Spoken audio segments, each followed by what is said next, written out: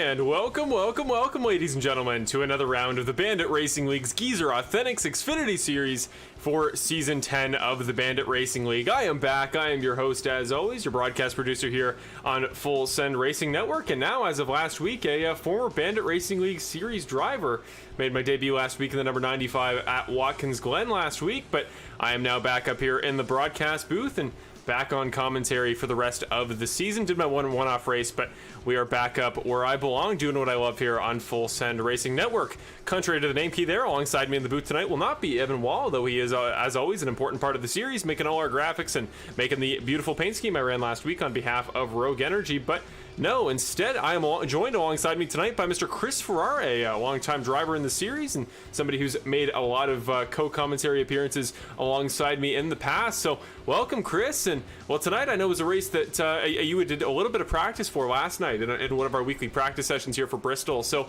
Bristol, the last great coliseum for tonight's race, the 11th of the season here in season number 10.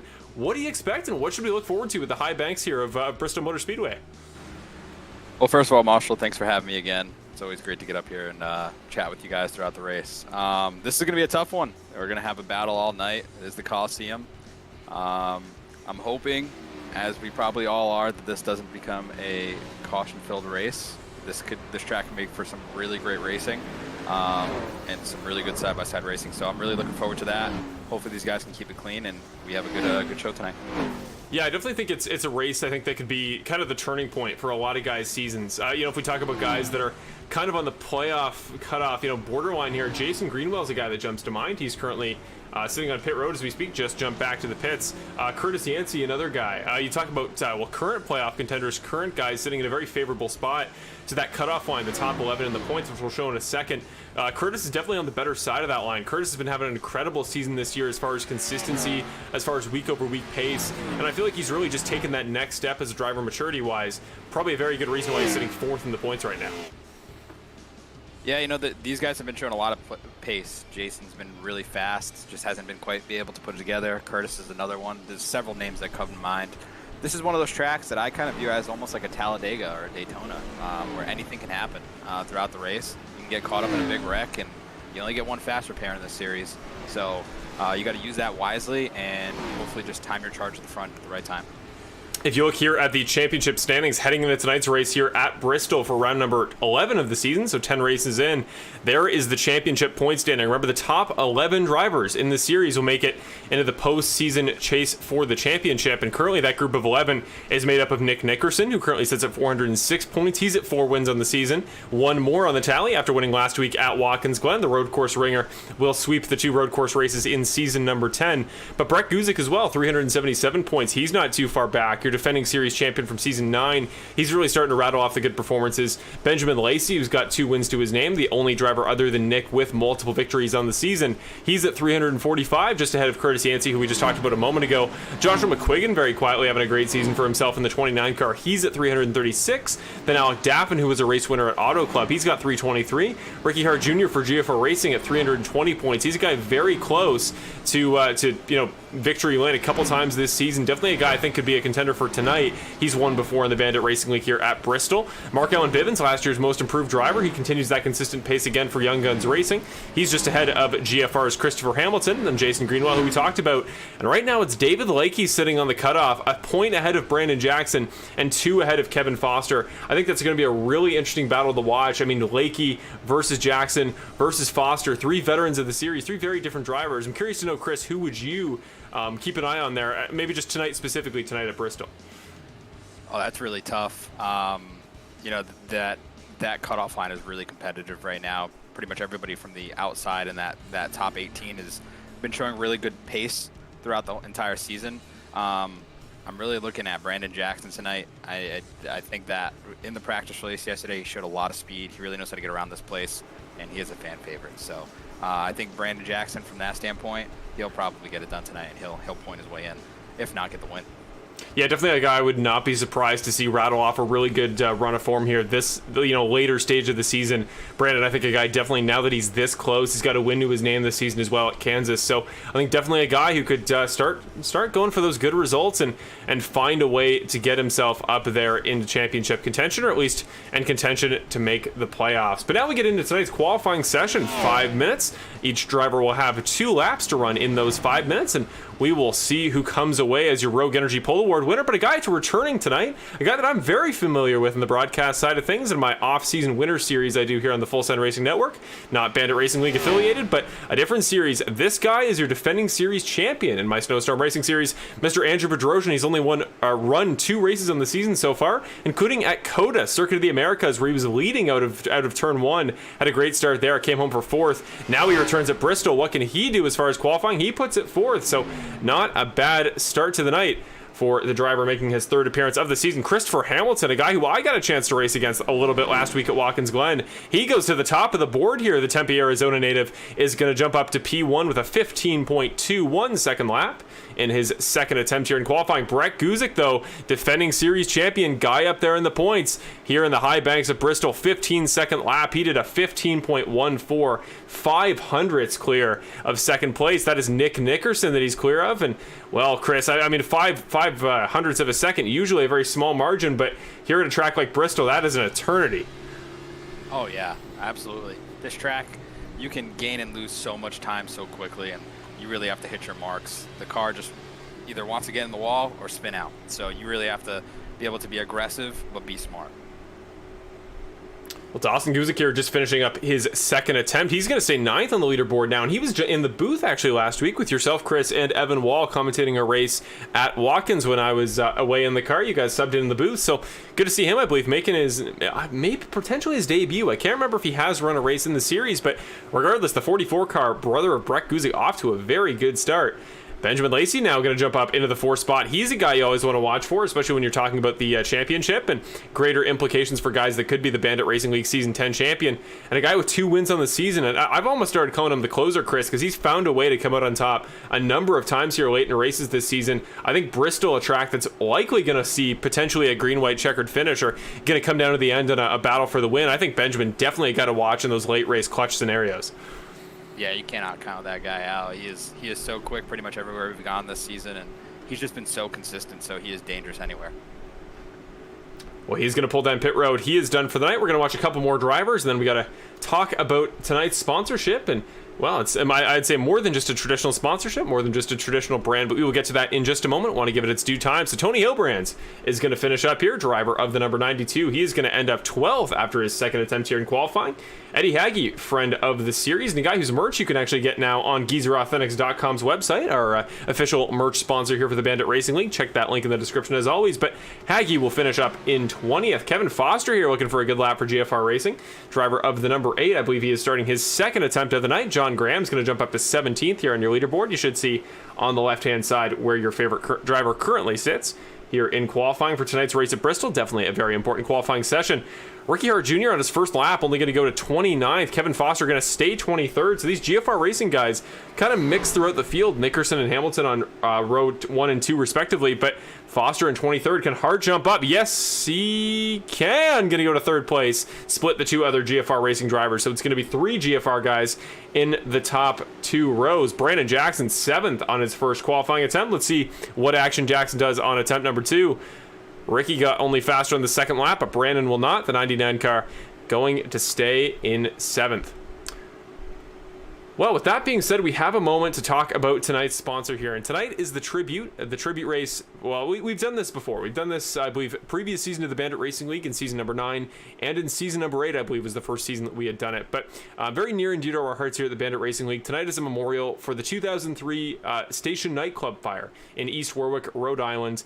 A fire that unfortunately killed somewhere in the ballpark of 100 people as the most dangerous or the most deadly fire of its type to occur at a rock event in the history of America. So definitely one of the, I would argue, most tragic events that to ever happen within the 21st century, and truly one that affected countless numbers of people in the most horrible way possible. People just trying to enjoy something that should have been a very enjoyable experience, and unfortunately was much the opposite. So tonight we will do a tribute on the first lap, as we often do and as we have in years past, for those who were killed in the 2003 Rhode Island East Warwick station nightclub fire. So tonight you see the images of various memoriams, and you see the victims, unfortunately, of the station nightclub fire. So tonight is in a memory and honor of the event, and we will talk more about it throughout the race, but that is tonight's sponsor in honor of the station nightclub fire. So for, I believe, the 3rd annual station memorial race tonight, we will run at Bristol at the High Banks, and we will do the first lap in silence of tonight's race in honor of the victims. But now we go to your Rogue Energy Pole Award winner for the night, and that is going to be defending series champion Mr. Brett Guzik, driver of the number 04 car. He's going to roll off number 1 on tonight's grid, and, well, he is going to be named your Rogue Energy Pole Award winner. Remember, go to rogueenergy.com. Link is, as always, in the description, and use code Castle Esports at checkout via Alan Castle and Castle Esports, of course, closely affiliated with our series. And, well, Rogue Energy, a brand I am very, very fond of, very close with, and they're super important to our series, hence why I went out of my way to make sure we rep them properly last week, and hopefully the people at Rogue Energy were very happy with the number 95 car at least making a top 5 appearance last week and the final standings, running that sour candy energy scheme. But there is Brett Guzik, driver of the 04, running a very slick kind of light blue and pink entry, a bit of a different livery than what we've usually seen from Brett. But with that being said, he's your Rogue Energy Pole Award winner. He'll lead the field to green on lap 1. But before we get too far into tonight's festivities and too far into our race start, let's go to your starting lineup and your starting grid for tonight's race here at Bristol in the 11th round of the Bandit Racing League Season 10. Rolling off in the front row, it is the last 2 champions of the series. Brett Guzik on the inside row alongside Nick Nickerson for GFR Racing. Then it'll be Ricky Hart Jr. and Christopher Hamilton. GFR Racing sweeps the 2nd row. Benjamin Lacey and Benny Hogan will start 5th and 6th. Brandon Action Jackson just on the inside of Robert Mathis on lap number 1.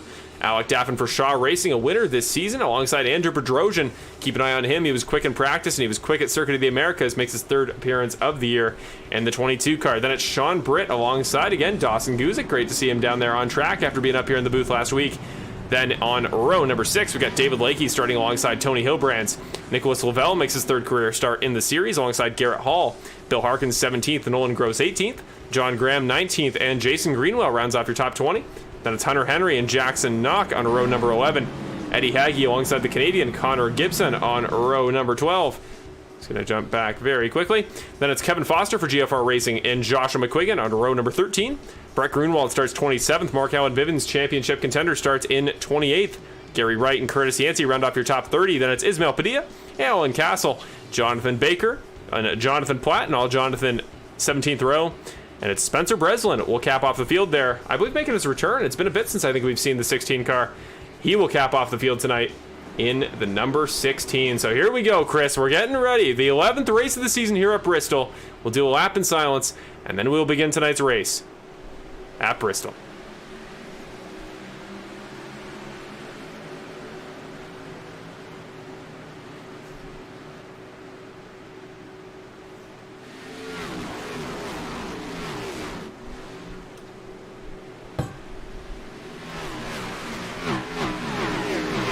Off of turn number 4, Brett Guzik will lead the first lap here at Bristol in the Station Memorial 150. And, well, it's going to be a long night in terms of lap count, but not a long night in terms of lap duration. Only 15-second laps here at Bristol, which means you're going to catch lap traffic quickly.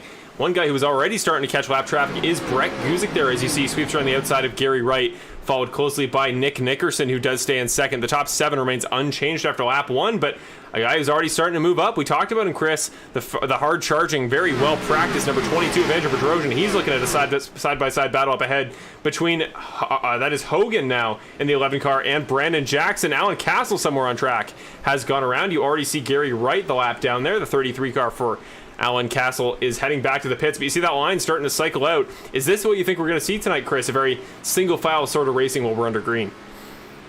Yeah, it's really tough if you get to a car on the inside there to pull off that pass. I think guys are going to try and get the run, using the momentum from the top line to try and make that pass in the straightaway, and maybe dive bomb it a little bit. But I would say for these guys, they probably want to do some green flag racing here, and they're going to try and keep it single file.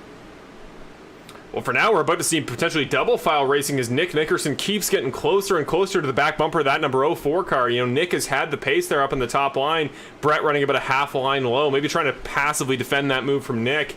It's been a good little battle here up front. We're still waiting on a potential caution. We've seen a number of guys have little incidents. We see Sean Britt in the 98 car. He's going backwards a little bit back there in 28th. He started all the way up in 11th, is now dropping, finding it tough keeping that car under him. Very loose is he in the 98, but battling all over the track. Andrew Bedrosian gains another spot a little ways further back, but potentially a pass for the lead here into turn number 1. Here comes Nick on the inside, the number 2 car in the 04. Remember, the last 2 champions of the Bandit Racing League battling it out here at Bristol on the high banks. Will that top line prevail for Brett Guzik? I know it was the favorable line for a lot of guys this week generally in practice, but that is not always the quickest battle line. So what a little tussle we're seeing here. Down the inside goes Nick. He's going to try it again. The 2 car showing some real pace here early, Chris, and curious to see who you think is going to come out on the top in this, first little battle here. Nick, not typically a guy that gets too aggressive early. Yeah, if Nick really wants to push the issue, he can go ahead and try to keep doing that, but he's going to burn his stuff up, and he knows that. As you see Brett kind of take the lane away from him.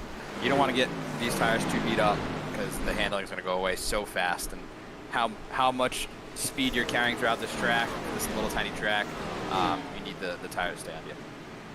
Looking back a little ways here, Tony Hilbrand is up 3 spots from the start of the race, and he's watching a great side-by-side tussle between Robert Mathis on the outside in the 3 car and the 48 of Alec Daffin. Daffin, remember, a former race winner this season, but he's starting to head backwards. He started up there in 9th and is now trying to hold that 9th spot, and the way Tony Hilbrand is moving right now, that number 92 car may be sailing by him sooner rather than later, but both very experienced drivers, he and the 48 car, so could be a good little scrap here. But Benny Hogan now going side by side here with Andrew Bedrosian as he switches to the 11 car, formerly run by Bill Harkins, and the 22 and the 11, the double 1 and the double 2. This is the battle for 6th position. Again, Andrew getting a little bit loose there on entry, you see.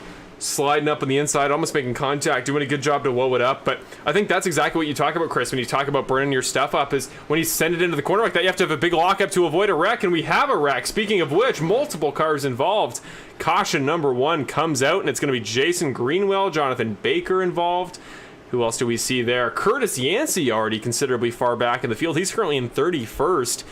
On the lead lap, it would seem, at least provision. No, actually, potentially not on the lead lap, it would appear. So damage to the 51 car. We'll go back to your Apex Sim Racing replay for the first time tonight, see what happened. But we always say here on the broadcast booth, Chris, cautions breed cautions, but we can go to the replay here and see there was a 3 wide there in the previous corner that led to some contact between the 83 and the 51.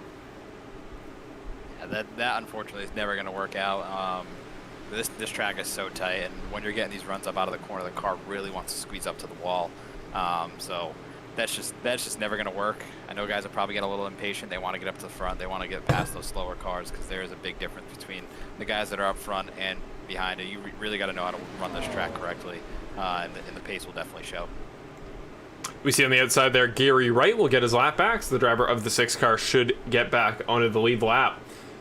Yeah, Curtis Yancey behind the 8 ball here early on. That's, I think, what has really eluded him so far this year is those rough goings on early on in races. He's just kind of been a guy to get in a pretty favorable spot and stay there most of the season so far. So unfortunate to see that Curtis not having quite the start I'm sure he would have been hoping for. But it's a long night, a long race, and I mean, only on lap 17 now of 150, Chris. There's still a long way to go. Oh yeah, there's plenty of racing to go.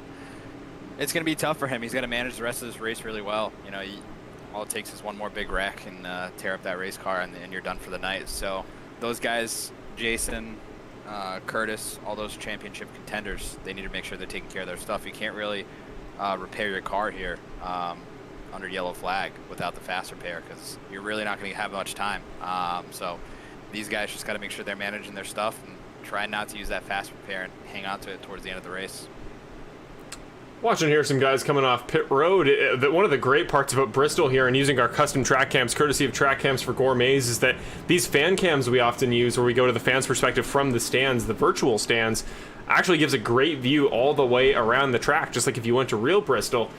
Just such a great view. You're able to see these guys on pit road from anywhere on track, and one of the fun little parts, the little quirks of Bristol that a lot of guys in practice were having to make a point of remembering was the pit road here at Bristol, where it wraps all the way around the track rather than just being on the front stretch or back stretch. So remembering where your pit box is and being able to predict where it is based on where you started definitely a pretty big element, and one of those intangibles I often talk about that I don't think should be forgotten, because tonight, if we get a green flag stint, which again is an if, definitely an if, it's not an actual very long race distance if we went green to the end. This race, if it was under green, could end in about 40 minutes, but it's not going to, and that is because of the cautions. But if it went green to the end and we saw green flag pit stops, I mean, Chris, this is a track where the run-up from pit road off back onto the track is just kind of a sudden, well, your pit wall is over, got to jump up there.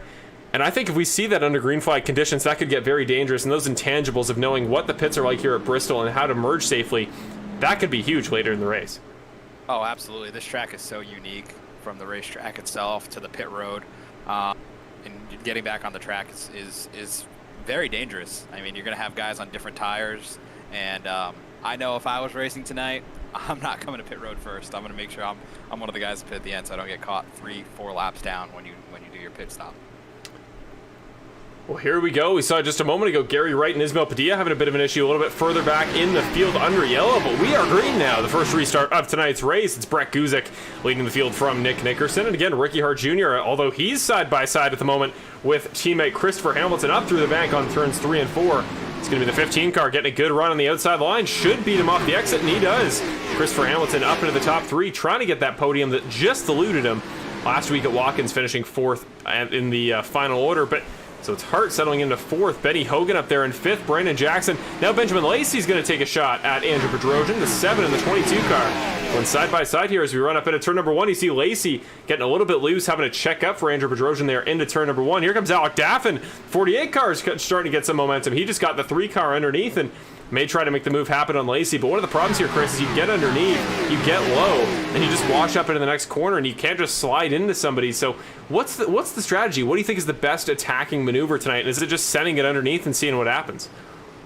I mean, you could definitely do that and do a little bit of the slide job, as they say. For me, I would just say it's just about kind of compounding your momentum, and we have a caution.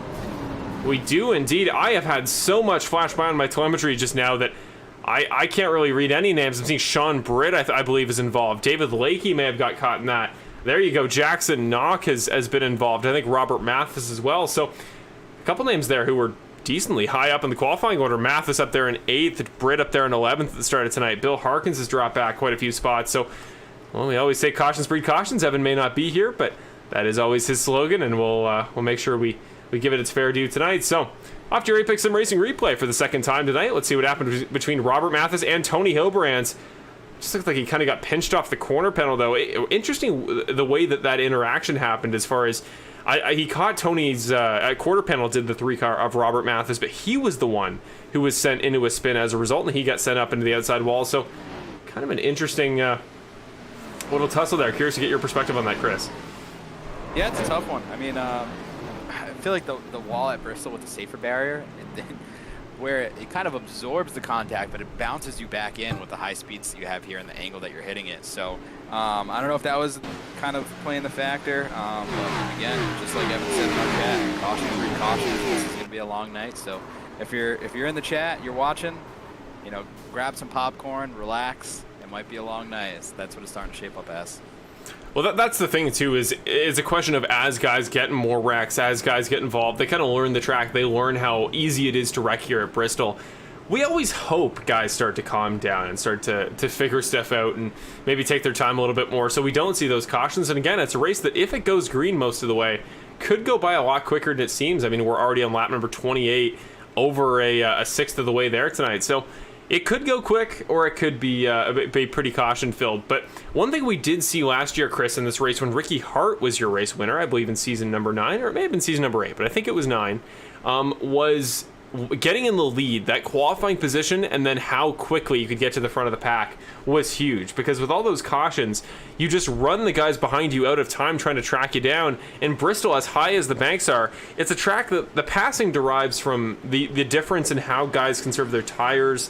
It really comes from the green flag stints, and under like a 2 or 3 lap stint, I don't know about your perspective, Chris, but I don't think there's that much time to make a move. So if this is a caution-filled race tonight, this may be a race where guys are trying to send it underneath Brett, trying to get to the lead in lap 30, 35. Yeah, absolutely. I think you hit the nail on the head there. With the restart zone now implemented in iRacing, It is very hard to get going. You're going to need like 2-3 laps to just get back to the bumper, unless you can time it right and you just dive it on in there. And 8 wheels turn better than 4. So that is one way to approach it. I don't see any guys in the top 10 trying to make that move at this point, but you definitely want to get back to the front. One thing that is going to be interesting that plays out throughout the race is who's going to pit first and who has to make it through that traffic with cars in front of them that may be a little bit slower on older tires. So it's going to be really interesting to see if these guys differ. That played a factor in last week's race when Nick pitted a lap before Brett. Let's see if Brett does the opposite this race. Always interesting to see how guys adapt from previous races strategically. Seeing how one race can affect the way the guys approach the next one as far as cautions and when they fly and when they don't. I feel like that's probably the most crucial strategic question we ever have here in the Bandit Racing League. So here we go. Brett Guzik and Nick Nickerson once again going to lead us to green. It's going to be Hart and Hamilton on row number 2 as it was at the start of tonight's race, but here we go. Brett Guzik will lead the field to green, the second restart of tonight's race here at Bristol in the Station Memorial 150. But this time, we may have a battle forming here early on for second. It is Ricky Hart Jr. getting a pretty good jump there, but he is just barely cleared, at least for the moment, by the 2 of Nick Nickerson. Another guy I want to shout out running up there in almost the top 10, keeps going in and out of it, is Dawson. The Guzik brothers, they're pretty good race car drivers, and I affectionately call him Button Boy because he is not racing with pedals. He's racing with buttons on his steering wheel. So kudos to him for getting that done and getting up in the top 10. Yeah, incredible adaptability there from the 44 car. I've never heard of somebody being able to make it work as well as he does, but Bristol, not an easy track, and he's finding a way there to compete for the top 10. And yeah, the 44 car currently side by side with Joshua McQuiggan there, you see, coming off of turn number 4. So nice little tussle he's having there, and we'll see if he can continue to fight the 29 and the always very quick 18 of Brett Grunwald, currently up actually 12 spots from 27th, and McQuiggan up 13 spots from 26. So some very fast guys he's duking it out with there right now. But here comes Brandon Jackson. Jackson's picking up pace. He's up 3 spots from 7th at the start here. I believe 2 spots on the restart. Now he's going underneath Ricky Hart Jr. as we watch the battle in front between Brett Guzik and Nick Nickerson. Those guys getting a great battle of that. Yeah, it's really interesting to see how Brandon was, I think he started 7th or 8th, and it's moved his way up. He, in our little offline practice race last night, he was pretty much able to cut through the field at will. So that's one guy that I'm going to keep my eye on for the rest of the race, but he has to, at first, catch these 2 in front of him. And there you go, 1 spot down there for the 99 of Jackson. He's up to 3rd, up 4 spots from the start of the race, so Hart's going backwards. And another guy who's gone backwards on this restart. Not sure what happened to the 15 of Christopher Hamilton for GFR Racing, but he is back to 8th. He was up there in 3rd before the caution and back to 4th on the restart. The 15 car is just, he's going to need to settle in here. We know he's pretty good at conservation. I found that out the hard way last week at Watkins Glen, but yeah, he's going to have to just get in the rhythm again, start to make that progress back towards the front of the field, but he's got time. It's a long race, and I don't know. We'll see what we can do. I'm very curious to see here, Chris, as this stint goes on. We're getting to lap 40. Remember, we could be a third of the way through this race in about 2.5 minutes time. So it's just how crazy Bristol is as a race. We're still green for the time being. But it is this battle for the lead that I think we really need to watch. Because, again, Nick is a clever guy, Chris. He knows he's going to need to get there up front early. He was the guy that kind of lost out to Ricky Hart Jr. last year when he won it based on a number of cautions coming out at very strategic times. So I think Nick's going to fight him, and the question is, does he go high or does he go low? As we get another caution. Yes, sir. Cautions do breed cautions. That's number 3 on the night. And Brett Grunwald is the guy showing up in my telemetry who has been involved. So let's go back to Brett here, driving the number 18, missing an entire front bumper off that number 18 car. It's a great-looking green, red, and white livery. Trying to catch the sponsor there, but yeah, not the way that he was looking for that. A Tapatio, actually, a salsa brand he is repping on the front of that number 18 car. So off to your Apex Sim Racing replay. Remember to use code BANDIT for 5% off your purchase at apexsimracing.com. We'll talk more about them a little bit later in the broadcast. But for now, we got a replay to go to. Holy cow, a lot of guys seemingly involved in this wreck. This is under caution. I don't know why it's telling me guys are getting in wrecks under caution when they're not. But this was the incident. We were just talking about Dawson, that battle he was having with Brett there. Well, this was the aftermath of that. A kind of a drawn out wreck in the end as we see him making a contact with a number of guys. I think Garrett Hall caught a piece of that may have been Hunter Henry as well. So let's go back to a better camera angle here. We're going to go to our dynamic camera here off of the previous lap. This is turn number 4. So that initial contact. So there was a number of elements to this, as Grunewald had previously made contact with Hunter Henry, so I called that. But what happened after that? So this is coming through turn number 3 and 4. There's the 9, the all-black 9 of Hunter Henry. He gets tapped there, you see, as Grunewald goes under the camera. And then he just hooks himself into Dawson Guzek. I don't think Dawson did anything wrong. Couldn't have gone any higher up. Just ran him out of room, and the 18 car slides down as a result and gets tagged by the 9 again. I think that was Gary Wright in the 6 car, who was already a lap down earlier in the race. So a number of elements to that, Chris. Just felt like for 3 corners straight, Brett Grunewald could just not catch a break. Yeah, it's a tough one there. Just kind of just ping-ponging along, and that's kind of Bristol. You know, and after that, that's all guys checking up, and some guys not seeing what's happening in front of them and just kind of running into each other. It'll be interesting to see if Dawson can get back up there. I do want to shout out what I believe is Mama Goose, what I would assume is Brett and Dawson's mom. She says Guzek means buttons in Polish. That's very interesting. Oh, really? Quite funny, actually. So. What are the odds? What are the odds? I'm sure she's being real. I'm sure she's not joking about that and making a joke. That's really cool, actually. Wow. What are the odds? Well, that's a fun little fact. Well, I'll be sure to bring that back later tonight if possible. But we're going to do a couple laps here under yellow, get the field all stacked up and ready to go for the restart. So for just a moment, we want to talk about something very near and dear to my heart as a big fan of the series and somebody who loves giving you guys all the information you need to know about the Bandit Racing League whenever possible. It's the website, banditracingleague.com. As always, linked in the description. Just giving you a quick flash through of all the various pages, all the various features of the website, and all the great resources you have available at your fingertips if you just go click that link. And you want to learn more about the series? Well, that's where you go do it. You want to see who won each race of the season. You saw on that last page, there is our schedule, including race winners, off weeks, and what to expect further on in the future. That way you don't just have to watch the broadcast to find out. You got a link straight to geezerauthentics.com. That's where our merch is. We'll talk more about that later in the race. You get some links to some decals if you want to slap some Bandit Racing League stickers on anything you want, even not official merch. But yeah, if you want to learn about our drivers, there you see our drivers page where you can see info about every full-time driver in the series, a direct link to our Sim Racer Hub Championship standings page, stats for each driver. There is plenty available at banditracingleague.com. So as always, banditracingleague.com, link is in the description. Go check it out and learn a little bit more about the series, whether you're a veteran fan or a newcomer to our side of racing. Here we go. Brett Guzek, third restart of the night. The 04 car once again leads the field to green, and he is 4/10 clear into turn 1. Great start there for the 04 Brett Guzek, as Benjamin Lacey coming through. The 7 car and the 2 car, they've been having a battle for the title this year, and Benjamin is trying to reignite that fire. Brett has been an absolute magician on the restarts tonight. I know the restart zone makes a little bit of a difference, but man, he's really timing those restarts really well. Here comes Benjamin Lacey there on the outside line, trying to go chase Brett Guzek, who's, as you say, been very quick in tonight's race, and yellow comes out. Yellow, number 4 on the night, but Benjamin Lacey does get that spot, so Brett will have some more, and a new face alongside him on the front row in the next restart. But who's involved here?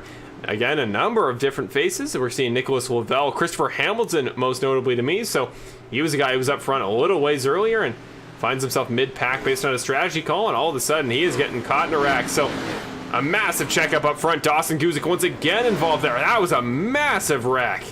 The 00 of Jackson Knock we saw, Sean Britt was in that, Gary Wright. So this is off of turn number 4, I believe. No, turn number 2. So that was Baker, hooked Sean Britt.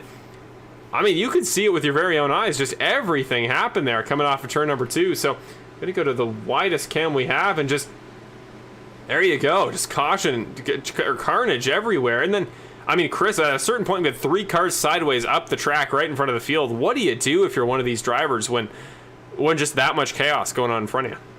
Oh, that's a tough one. I mean, I've been in these situations before here at Bristol, and you just got to hold the brake and kind of hope no one runs you over. But there's a lot of good race cars torn up in that. That's going to start to slow these guys down. Some of these guys have already used their fast repair. We're going to have slower cars out on the track, and that's going to make it interesting in lap traffic. Just wanted to highlight there Jackson Knock and Nicholas Lavelle, who both went over there in the aftermath of that wreck. Like, there was no cars at very high speed. They just kind of, the iRacing collision physics decided they would catch the wheels and flip the cars over. So don't know what exactly happened there, but both guys briefly flipped and got back on all fours. So both going to need to use a quick repair, and I hope actually that Jackson Knock has one left. May have needed to use one earlier. And remember, we only get one here in the Bandit Racing League, so you get one mistake, you get one correction, but after that, you got to be very careful. And unfortunately, Jackson Knock, the 00, may be stuck missing a front bumper for the rest of tonight's race. But right now, it's just Jackson Knock behind the pace car, waiting to get sent around, and that'll give us a chance to highlight this guy in second. Benjamin Lacey here, off to a pretty good start tonight, qualified up there in 5th, but he's only up 3 spots. But when you consider the guys he's passed, those being Hamilton, Nickerson, and Ricky Hart Jr., that is elite company. That is an elite group of guys to make some progress on. So the filming the Wild number 7 car, off to a good start tonight. Definitely a guy that if he gets a 3rd win tonight, and not only will he put himself in elite company as far as the championship points, might make his way up to 3rd in the point standings in the regular season, but I think would also cement himself as, I would say, Chris, one of the top 3 in the series currently, getting his 3rd win of the season when only one other guy, your current points leader, has more than one. Yeah, absolutely. He's been lightning quick all season. I know he's had a couple shortcomings here, kind of as of late. I know Nashville wasn't the best for him, if I remember correctly, but he is definitely a force to be reckoned with, and you don't want to put this guy ahead of you with another win, closing in on that top 3 on the points this year. And I mean, Chris, you have a perspective as a driver where you know what it's like in those late race moments where you're really trying to make your way not just into the top 5, not just onto the podium, but into the winner's circle. And just what do you think is, from a driver's perspective, what separates those guys that can win in those clutch moments, can be a closer like Benjamin, from those guys who can't? Oh, it's so tough. I mean, sometimes it amazes me how these guys do it. I mean, I'll be sitting there in 4th or 5th sometimes, and I'm absolutely pushing my car to the limit, and they just have somehow more grip and just more speed throughout the middle of the corner and able to just take right off. So, these guys are crazy at what they do. Well, here we go. Restart number 4. Jackson Knock in the 00 had damage, stayed right behind the pace car. So I assume he's going to drop below and let the field by. But here comes Brett. He's going to get kind of a free pick. Going to immediately go single file, and Benjamin Lacey, Nick Nickerson are going to follow in behind. So here we go. We're starting to sprint here a little bit, Chris. We're already a third of the way down, 50 laps down out of 150. So this is where guys start to put the lad pedal down and start to try to make some forward progress. We see a couple guys sneaking back in the top 10. John Graham just moved up to 9th. Connor Gibson just moved up to 10th. But we're going to have to keep half an eye here on this battle for the lead. But holy cow, middle of the pack here in the top 10. Brandon Jackson kind of getting held up by the 00. That may give both McQuiggan and Bedrosian a chance to get a free spot on him, and it will. So the 22 is by. The 99 car slots up. John Graham there now going to fall in behind the 00. So Jackson Knock definitely throwing a wrench in the plans of a couple guys up there in the top 10, but now dropping back far enough that he should be out of the way for these guys battling for the win. Yeah, it was almost like some old school NASCAR right there, where the lap down cars start up front. I don't know what iRacing had to do with that, but it's very interesting to see how these guys were navigating that. It's going to be interesting to see as they gain time on these cars at the back of the pack, how they navigate that, as we have Benjamin Lacey really putting a lot of pressure on the 04 car. Yeah, we're starting to see Ben really rattle off the good lap times here. We'll show the lap time comparison in the last 5 between Benjamin Lacey and Brett, or sorry, that's wrong driver there. That's Ben and Nick. There you go.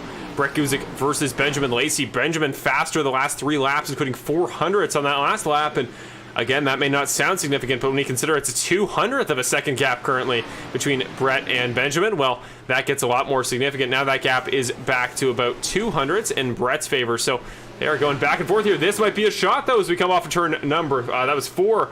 Here we go. Now he's starting to peek and take his opportunities. Again, just peeking underneath isn't enough. We saw Nick do that plenty of times, but I think he's starting to show that pace in this longer stint. You gotta wonder, as far as conservation goes, was Benjamin able to conserve a little bit better than Brett was early on in the race when he was battling Nick for the lead? That's a really great point. I think Bristol is one of those tracks where you can kind of just judge yourself off the car in front of you and just put a little bit less into it. Just kind of hang on there. So Benjamin may have been able to save, just kind of hanging out in that top 5, kind of watching these guys duke it out. He may have a little bit extra tire right now than Brett, because Brett has been trying to run from his life from either Nick or now Lacey. So, yeah. It would be great if we had a heart rate monitor on Brett right now. I know he's a pretty calm, cool, collected, dialed-in sort of guy, but still would be fascinating to know what it's like from a pressure perspective here. Just watching a number of very, very talented top-tier race cars driving right behind him at such a small track, but We're rattling off the laps. Again, we're now up to lap 64. We're 10 away from halfway through the race time at Bristol. Could go by quick, and if you're Brett Guzik, you're sure hoping it's going to, but this gap has really started to equal out. And if you look back to Nick Mickerson's perspective, he's sitting there in third in the number 2 car. He's almost a full second back now, Chris. So I think that top tier, those two guys, at least on this stint with where their tire wear's at, are on a different level. But you got to wonder again, is it just Nick's tires from earlier? And if he actually gets a fresh set of rubber, maybe right back in that battle for the lead later. Oh, he definitely could be. I mean, Nick is always a force to be reckoned with at any track. So, I mean, we slap some new tires on these cars, and we can see what he can do there. But it's going to be really interesting. It's hard to make passes here. Brett has been able to defend his lead on every restart as of this point. So that 04 car looks really strong, and he's been able to keep it out in front. We continue here. We're using these great camera angles again, courtesy of Track Camps or Gourmets. Beautiful to be here at virtual Bristol and just watching the cars go round and round and round, and almost dizzying, I think, from a driver's perspective when you run 150 laps, 600 corners in such quick succession. Further back in the field, Eddie Hagge enters pit road. The 97 car looking worse for wear. The entire front hood of that number 97 car missing. Curtis Yancey also on pit road, where I think he's been for a little bit now. So couple guys here relatively good, relatively well off here in the point standing. Same with Jonathan Baker, who's currently in 31st. Guys that came into this race with pretty favorable spots in the championship may leave a lot worse off than they entered. So we'll see if I'm correct about that. But the first thing I noticed here on this this camera angle here, as we go to a yellow, so we'll get a chance to talk about it in just a moment. I see damage on the back bumper of the number 04 car of Brett Guzik, but I also see damage on the number where's Garrett Hall? The number 26 of Garrett Hall. There he is, as he's just trying to get back up to speed here off of turn number 4, and huge damage you can see to the 26 car. That is much less of a race car than you need to be going anything higher than the speed he's currently at. So let's go to your Apex Sim Racing replay. Remember to use code BANDIT to save 5% on your purchase. And there you go. That was just a high-speed collision. I think it was him and may have been Bill Harkins, I believe. We'll go back to a better replay, get you a better camera angle. But yeah, that was intense. That was a high-speed wreck. Apparently there was a second contact of some sort here for Garrett Hall. It shows that he crashed again, but here we go. Better close-up replay here off of turn number 2. There is Henry. There is Wright. No, that was Jackson Knock, actually. Just made contact with the outside wall. He was surrounded by cars, and somehow those guys managed to avoid him, but he drops right in front of Garrett Hall, and so tough to avoid those close quarters wrecks as we start to see our battle down pit road. It's going to be so crucial getting on and off pit road here. It'll be interesting to see if any guys stayed out as everything cycles out. But yeah, this is going to be crucial here to maintain the lead for Brett, or maybe shuffle things up and get caught in some of this lap traffic, and that could be mighty dangerous. But Marshall, I would like to ask you, we're 72 laps into this race. Who do you have your eye on to win tonight? Oh, that's a tough one. I think it's... If I was a betting man again, if I was putting money on this, I think it's so tempting to go with one of your top 3. I think Lacey, Guzik, and Nickerson have shown consistent pace, that they are on another level. But I get a sneaky suspicion. This is going to really depend. Here comes Lacey. Here comes actually Alec Daffin. I think will beat Nick off pit road. That could be huge. That was the guy I was just about to mention. Yes, he will. So Alec Daffin, the 48 car, he'll gain a... No, he will not. Nick did get the jump there at the line. So Alec's going to be in the conversation.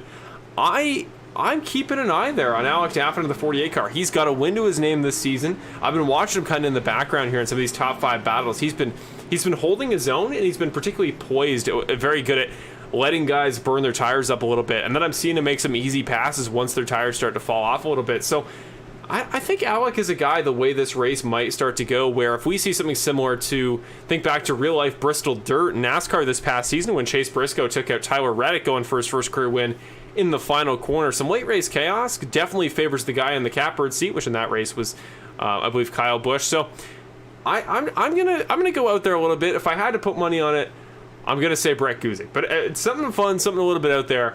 I'm gonna go with Alec Daffin, driver of the 48 car. I think he's just got the style of racing and the poise to come away in such a chaotic race such as this one.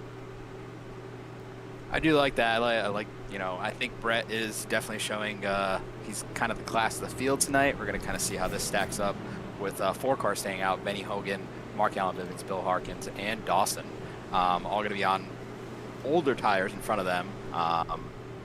So we're going to see how that all shakes out. But I like the 92 car. He's kind of sneaky tonight. I talked to him before the race. He's kind of making his first return, and he said he's going for it. He doesn't care. He'll knock some fenders and he'll bump you out of the way, but he's going to go for it. So I like him as my dark horse pick tonight.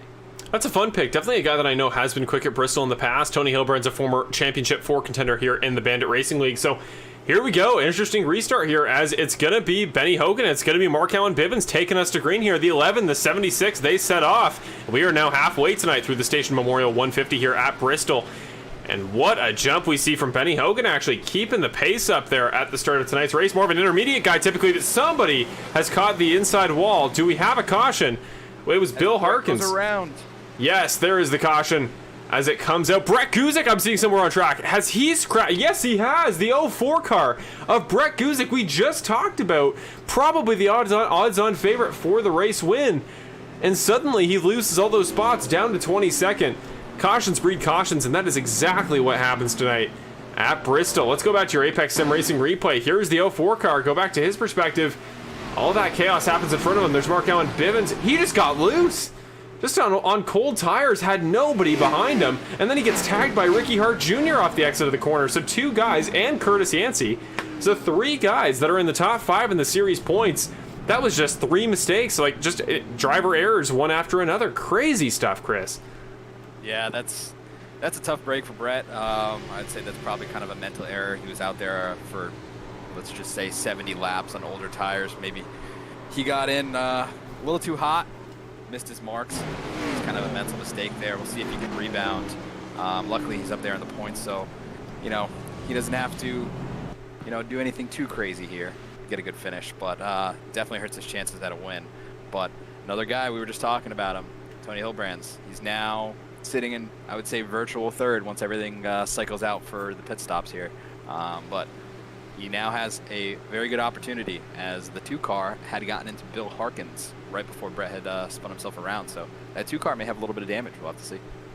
Yeah, we'll go check in just a moment the front bumper there on the number 2. But yeah, I think it was just a case, Chris, of guy on fast tires and Nick Nickerson, guy on old tires and Bill Harkins, and just it was tough. You saw Brett Guzik actually there in the replay we showed just a moment ago shoot right up the middle between Dawson Guzik and another lap car. So he was finding a way through, but I think at such a high speed on fresh tires versus the old tire guys, it can be really tough not to get in the way and not to potentially cause a wreck. And yeah, it's why I really enjoy, for strategy's sake, seeing guys on different tires, conditions and in different kind of places in their race getting stacked up together in different spots. But it can cause some chaos like that. And for the guys on fresh tires, sometimes the worst thing you can see in front of you is a guy who is going to be a lot slower than you, but sometimes dangerously so.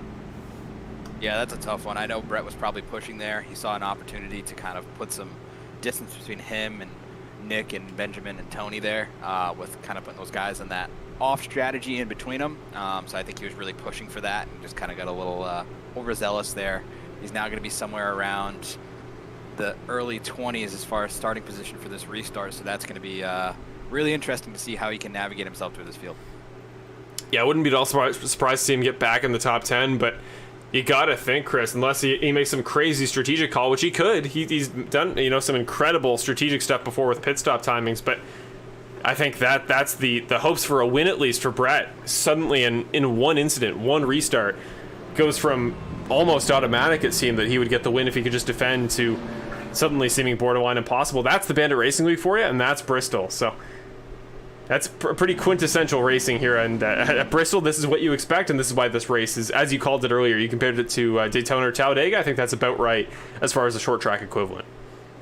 Yeah, absolutely, and right there you just saw 2 of our defending champions make a little bit of a mental mistake, one getting in the back of the league owner, and one just kind of spinning himself out, a little bit of a mental mistake. We'll see how they bounce back, but I'd like to ask the fans in the chat, possibly over this next caution, which I believe is inevitable, who would you like to see us pull in the booth? I think that'd be really interesting. I don't know about you, Marshall.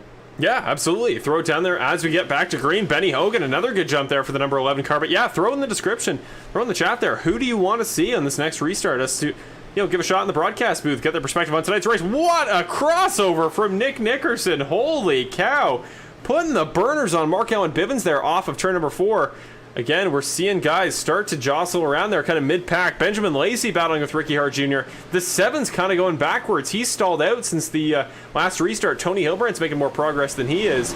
So Benjamin Lacey there battling and trying to fend off the 1 car Alec Daffin, who I mentioned was my pick just a moment ago, he is starting to kind of pull away from McQuiggan, maybe going to get a shot at Hart there underneath on the bottom side, but up front, Nick Nickerson will now take the race lead. He gets Benny Hogan, and Tony Hilbrands gives kind of a love tap there to Mark Allen Bivens, bumps him up, and I think he's about to go after Benny Hogan as well. So Nickerson now to the front there with his kind of, you'd say rival of sorts, Brett Guzko to the equation, but here comes Tony.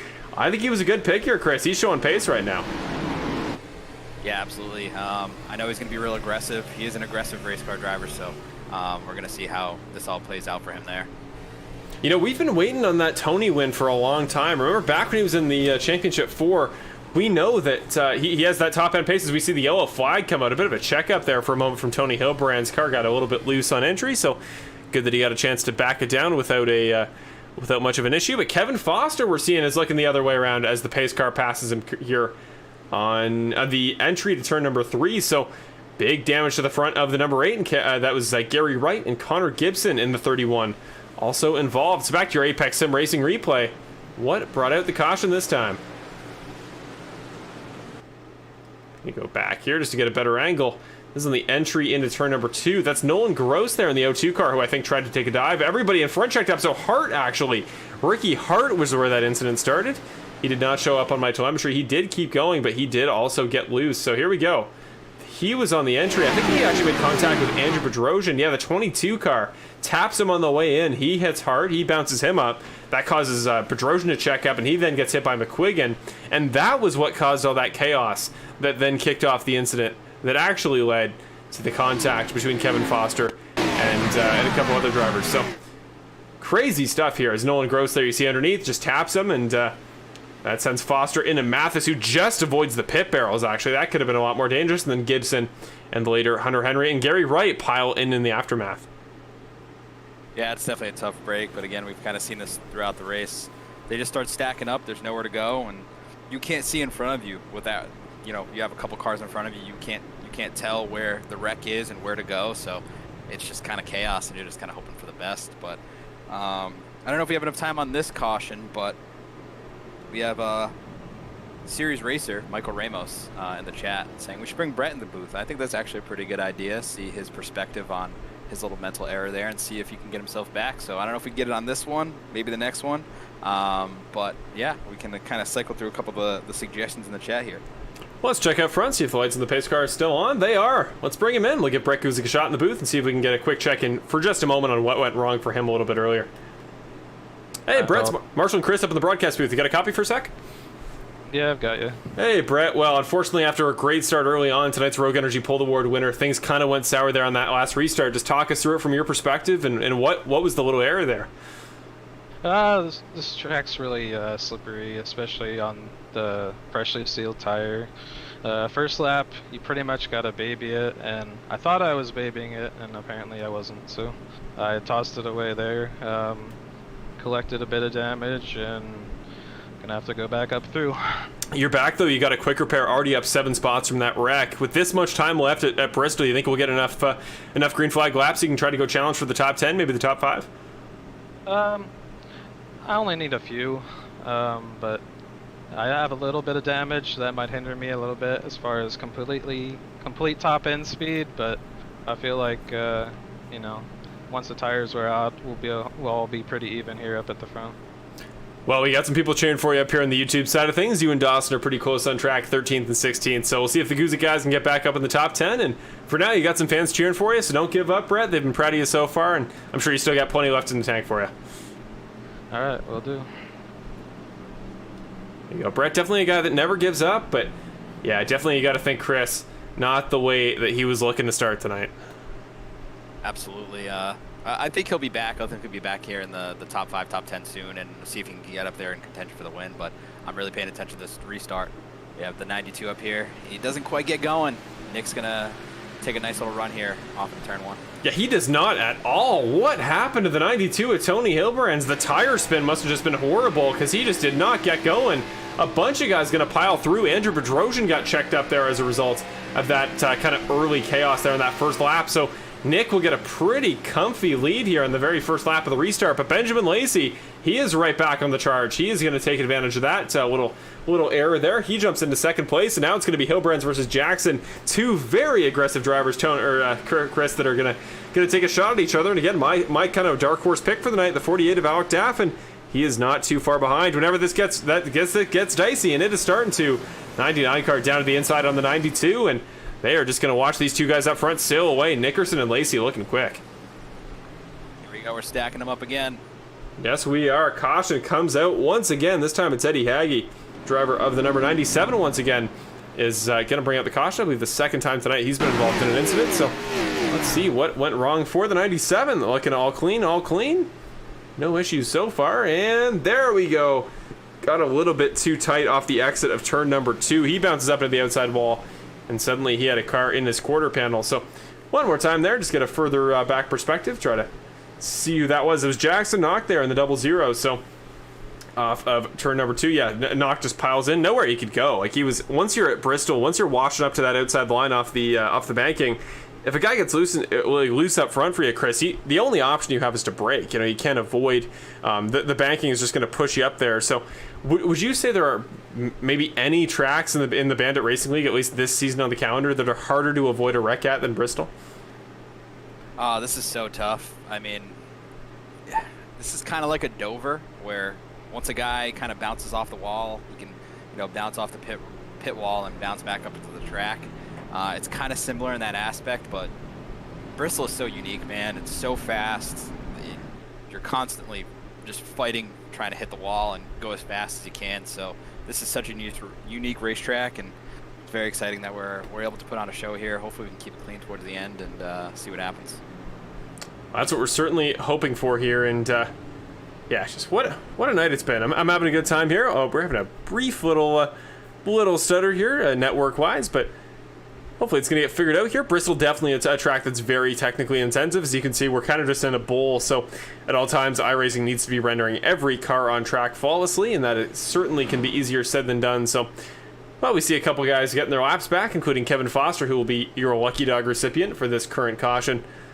So yeah, hopefully that gets sorted out. We can see it's kind of starting to, so we will just take a moment here and let that catch up. But yeah, we're getting to about the 2/3 of the way mark here. Again, 50 laps. We do that all under green. That could be 12 or 13 minutes. So it really is going to depend on how these guys kind of settle in here, Chris. And I get the feeling we're starting to get to that point where green flag laps are going to become more plentiful as guys again make those mistakes, and then I think figure out what their issues are and how they can avoid doing what they just did to bring out a yellow like this. Yeah, absolutely, but I kind of want to disagree. Guys are going to get more aggressive here. They're going to be taking riskier shots at each other, trying to squeeze each other off the corner there. So we're going to see how this all shakes out. I think we have an exciting finish in store. I want to say we're going to probably have a green, white, checkered, but we're going to have to see how this all plays out. The top 10 is super competitive, and we'll see how these guys can manage to race clean for the last pretty much 50 laps here. Well, we are getting doubled up and stacked up and ready to go on the next restart, or the next caution. And I say next because it's pretty likely. We're going to do it through the field, presented by, again, one of your most important series sponsors, Perfect Shine Auto Spot, one of our longtime partners.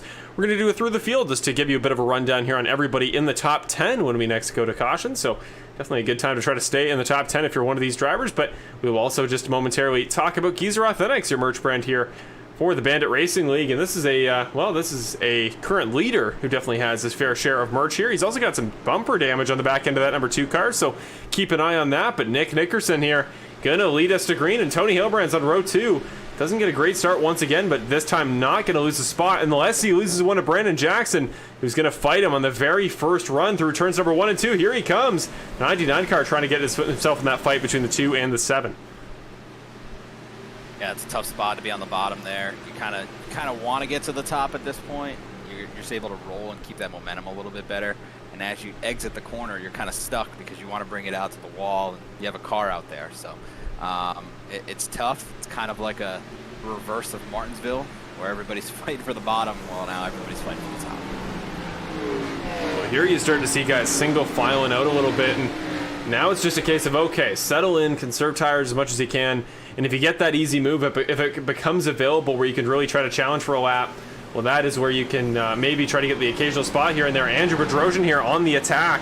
Joshua McQuiggan there, you're starting to see he's in a good rhythm, I can tell. Like, he's not really losing pace corner after corner, but Andrew was just hard charging there. He was getting up on the back bumper, now washes out a little bit and backs off, and I think both guys are going to start to lose out to the guys in the front here. But as we pass the giant Bristol Jumbotron in the middle of the track, that number 2 car is pulling away now, Chris. I think we're starting to see Nick flex his might a little bit. Even with that rear bumper damage, doesn't seem to be affecting his pace. You know, as long as the steering's straight at this track, I feel like you can get away with a pretty good amount of body damage to the car. As we have another caution, we're going to stack them back up here, and it's going to be interesting to see if guys come down pit road. But yeah, you can get away with quite a bit of body damage here at this track. The only thing is you don't want to knock the tires out of alignment, which would be really tough to get around with how much steering input you got to put in sometimes. But yeah, we're going to see how this plays out here. I'm thinking that these guys are probably going to come down pit road, possibly. They could stay out and risk it, but maybe some of these guys back in the top 5, top 10 area, they can be ducking down here to pit road soon. Well, it looks like it was just a single car, bit of a single car spin there for Jonathan Baker, driver the number 36. So we are not going to go to a Apex Sim Racing replay just this particular time. But looking back in the chat here, we're getting a request for a crank it up here in just a moment. So we will definitely do one of those on the next restart and just hear the roar of the engines, hear these wonderful NASCAR Xfinity race cars here for a couple laps on the restart, and what I'm sure is going to be a pretty chaotic one. You just mentioned it though, Chris. We're starting to see the pit strategy come into play. Here comes Brandon Jackson, Action Jackson down pit road, and that's probably why. Some pretty significant damage there for the driver of the number 99. Definitely something that he'd want to get fixed if he wants to have pace here at the end, but it is a trade-off. Could this be the mistake, Chris, that puts him back in the pack and gets him caught in a wreck? It very well could be. I kind of do like the timing on the move there. You know, we're going to restart here with just about 40 to go. That is just enough time where you really start to see the fall off, but the pit cycle could cycle out here, and he could be in the lead here shortly. So I like that move to come down pit road. You know, I feel like he thought that he couldn't really contend there for the lead. So strap on those tires and see if you can make a little strategy call here to get to the front.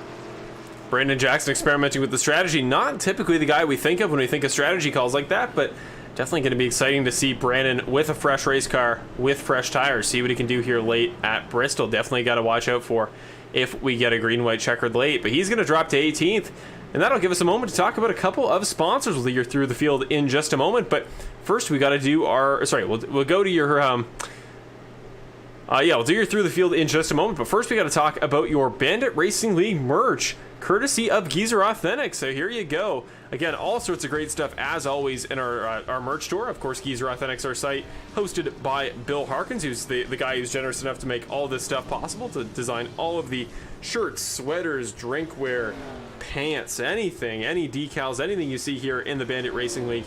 He is the guy that makes it all possible. And checking out a few cool items as we scroll along here. You see the Young Guns Racing t-shirt we'll go to in just a moment.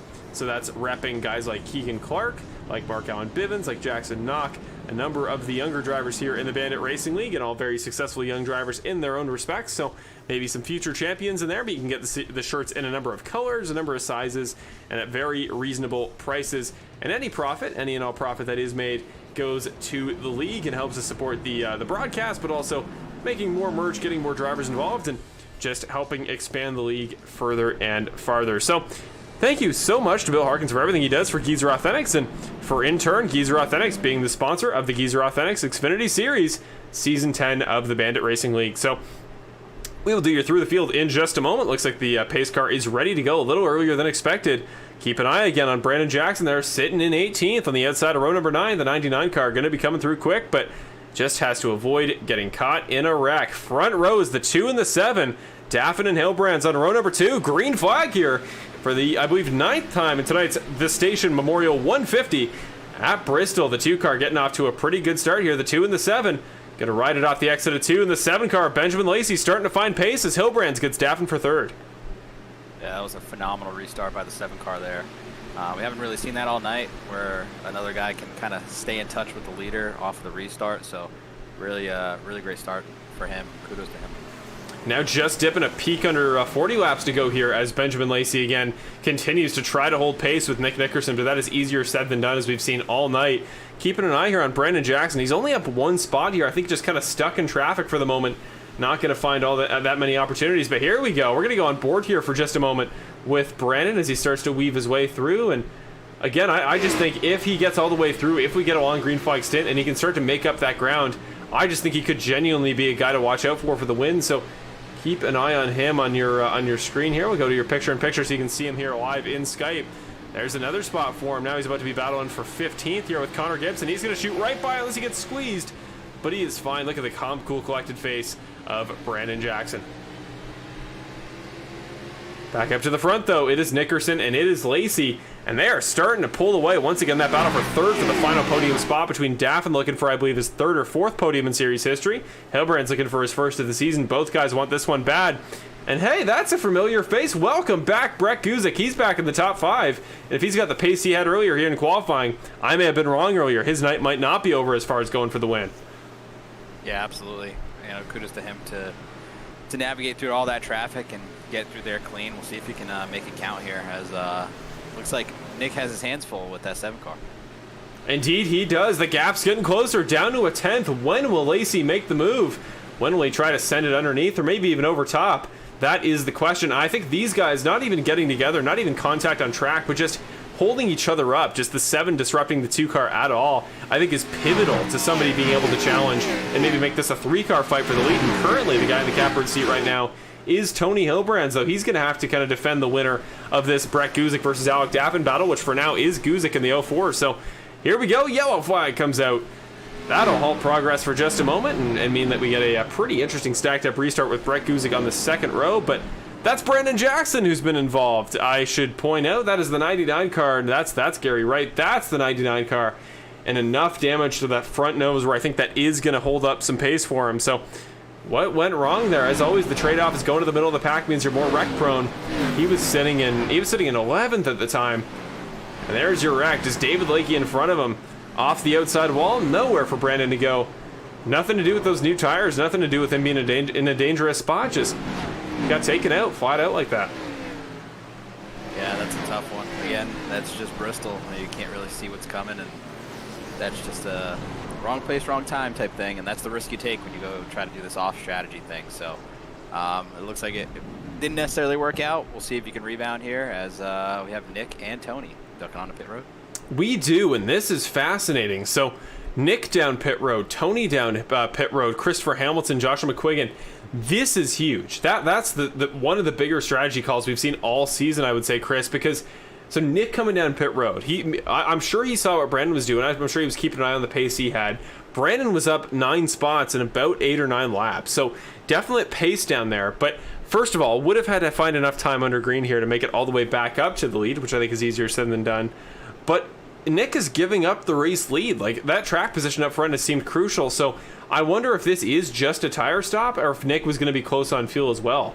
That is, I think, the big question. But whatever it's done, it's meant Benjamin Lacey is now up front. So it's going to be an interesting through the field segment presented by Perfect Shine Auto Spa in just a moment, because going to be so many guys on different strategies representing the front of the field. But Tony Hilbrand beats Nick Nickerson off pit road comfortably. The 92 car might be the guy to watch here late in the race.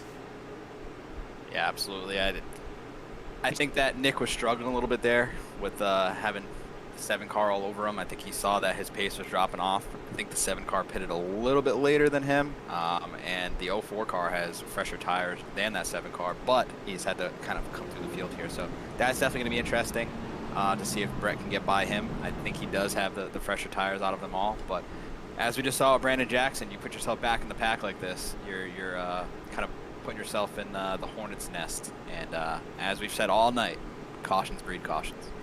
Well, they do indeed, and with 28 laps to go, we'll see if we get the 11th caution of the night in just a moment's time here on the restart. But first, we got to go through the field here, presented by Perfect Shine Auto Spa. And let's start with your current race leader, the guy who just inherited the lead and will lead his first laps of the race, Mr. Benjamin Lacey, driver of the number 7, filming the wild car. He's already got 2 wins on the season, looking to become the second 3-time race winner in season 10 after Nick, who's got 4. So he's going to get the opportunity, but he's going to be on the defensive from those fast tire guys a little ways further back. keep an eye on Benjamin Lacey, see what he can do defensively, because he's got that all-important track position everybody seems to want.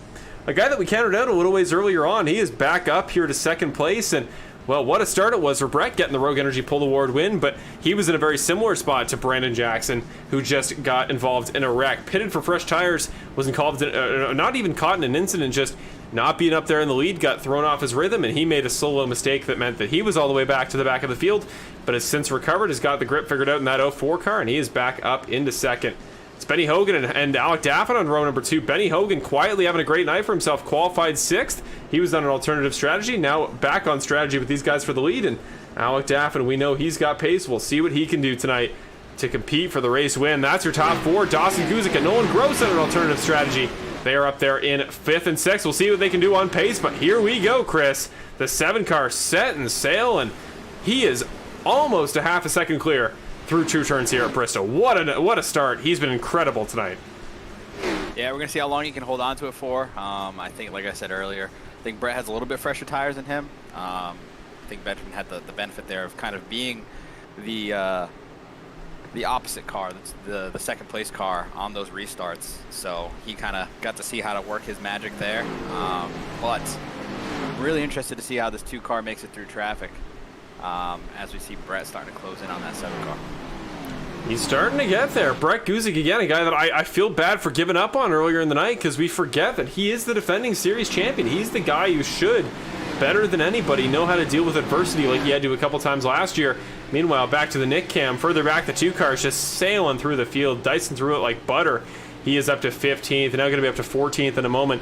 Ricky Hart Jr. trying to follow him through, and Tony Hilbrand's already up to 5th. He's the guy we should be watching. Remember, he just pitted a moment ago, Chris, for fresh rubber, and suddenly your pick for the win tonight. If that pace continues, he could be the one to watch. Just ran a, what was his last lap time?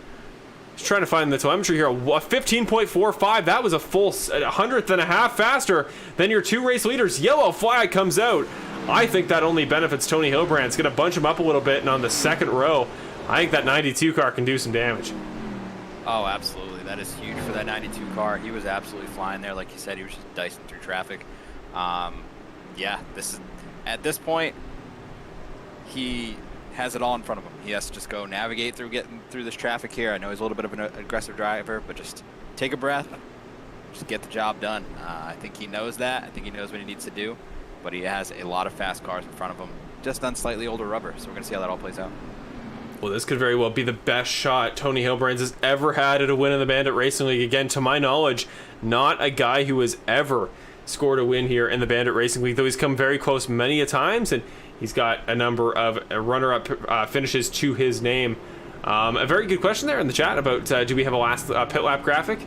We do. We do have a pit strategy graphic here that shows you all the details about one guy's last pitted. So if you show the comparison there on that last bar, that smallest bar is the number of laps since their last pit stop. So for Benjamin Lacey, it is 59. Brett Guzik just barely pitting more recently than that. He's got 53 laps on this stint, 59 for Daffin as well. Then it's Hilbrand, who, as you can see, just pitted, the only guy with a current stint under 10 laps.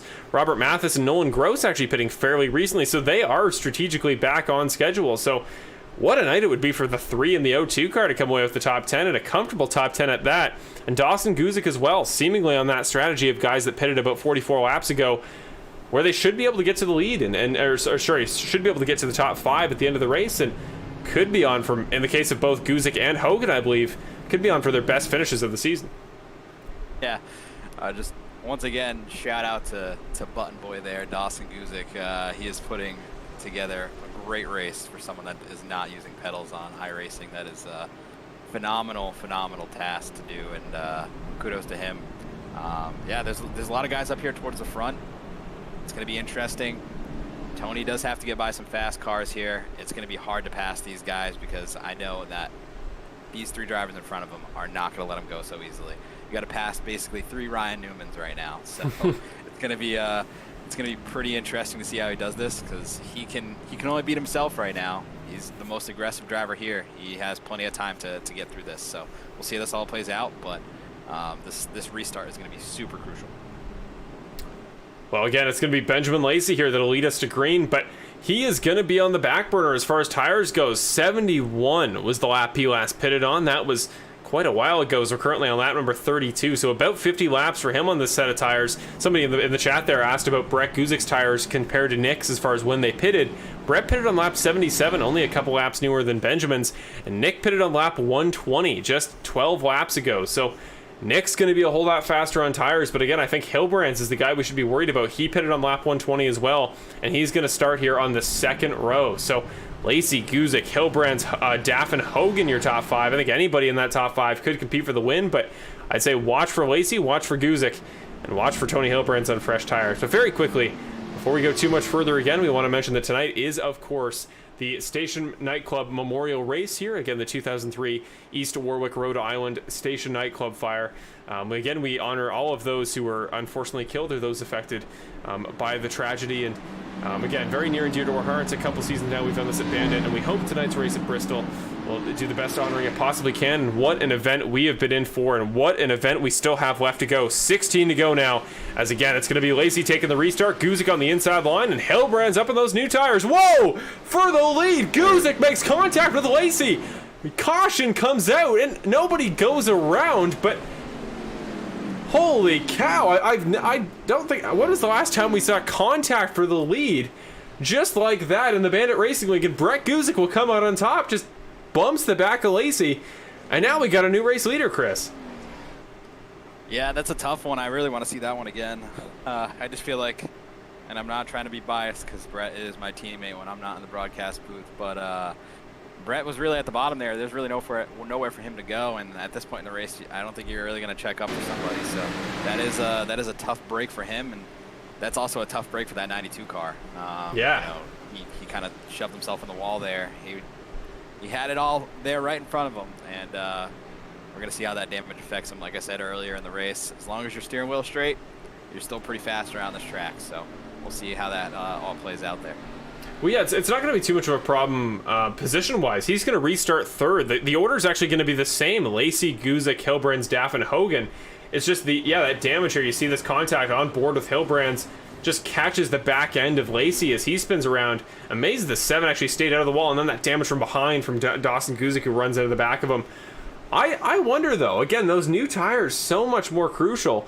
I wonder how much pace he'll have relative to those other guys up front. I think he could still compete. I don't think Hilbrand's out of it at all, but fascinating to see the race leaders getting caught in it there, and veterans of the series, like Lacey, Guzik, Hilbrand's. Wonder how many Bandit races those guys have between the three of them. It'd be interesting to know, but just veterans of the series, and just, yeah, like you said, I think it was Brett just getting a little overzealous, a little bit of contact, and yeah, there you go. Suddenly the entire kind of scenario of the race has changed up, despite the positions being relatively the same. Yeah, and something that I don't necessarily agree with, Brett was given an EOL penalty for that move there. I don't really think that's on him. Wow. But you know, that's the racing gods telling you that it's not really meant to be. You're going to see him cycle to the back here probably pretty soon. But yeah, that's a tough one, and I'm really interested to see on the 92 car if it knocked the steering out of it.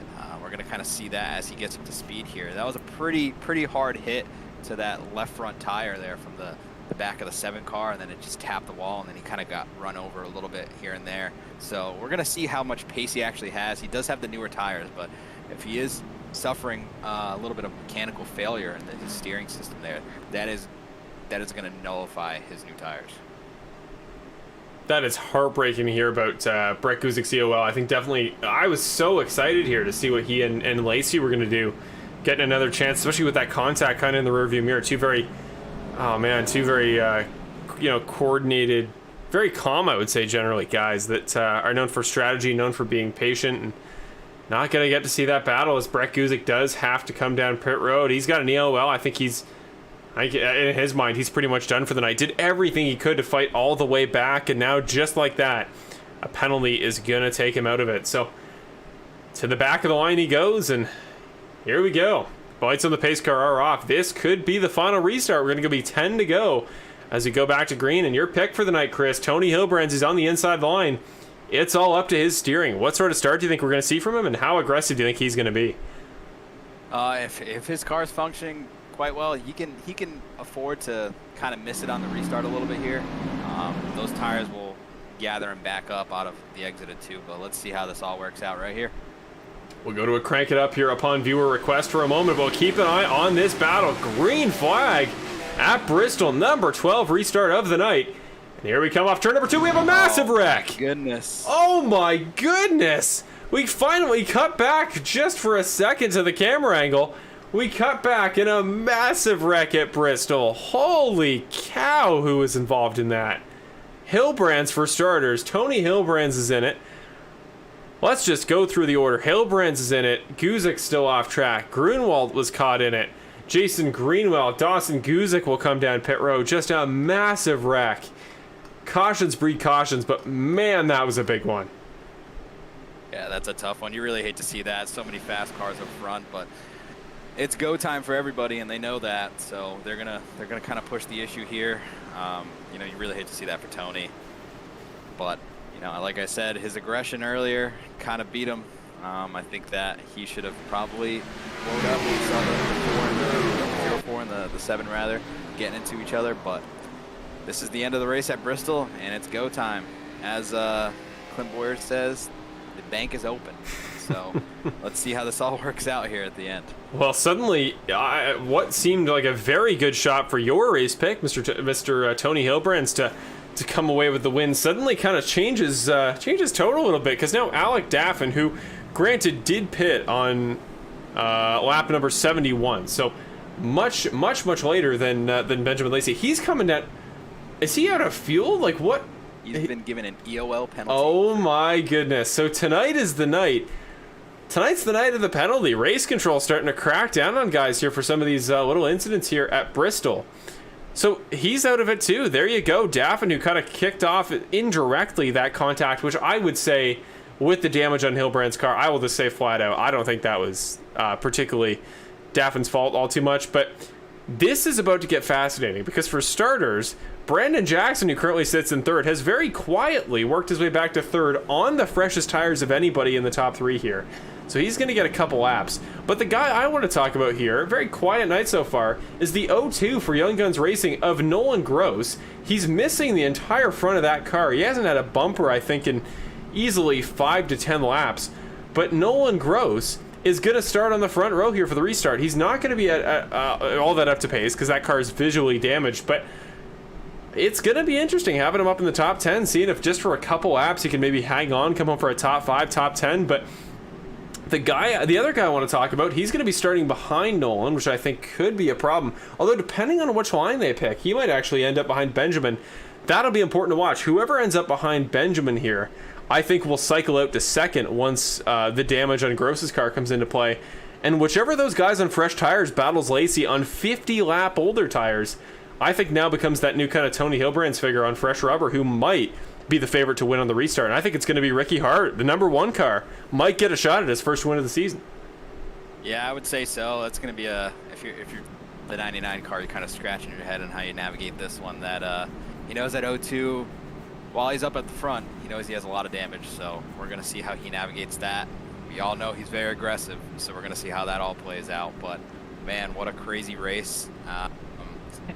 You can't really count anybody. Nick Nickerson's sitting back there a couple spots behind the front row, so this is going to be really interesting. I don't necessarily agree with the race control's call to start using EOL penalties, but we're going to kind of see how that all plays out after the race. But it's interesting. Maybe they're just getting sick of all these cautions, but here we go.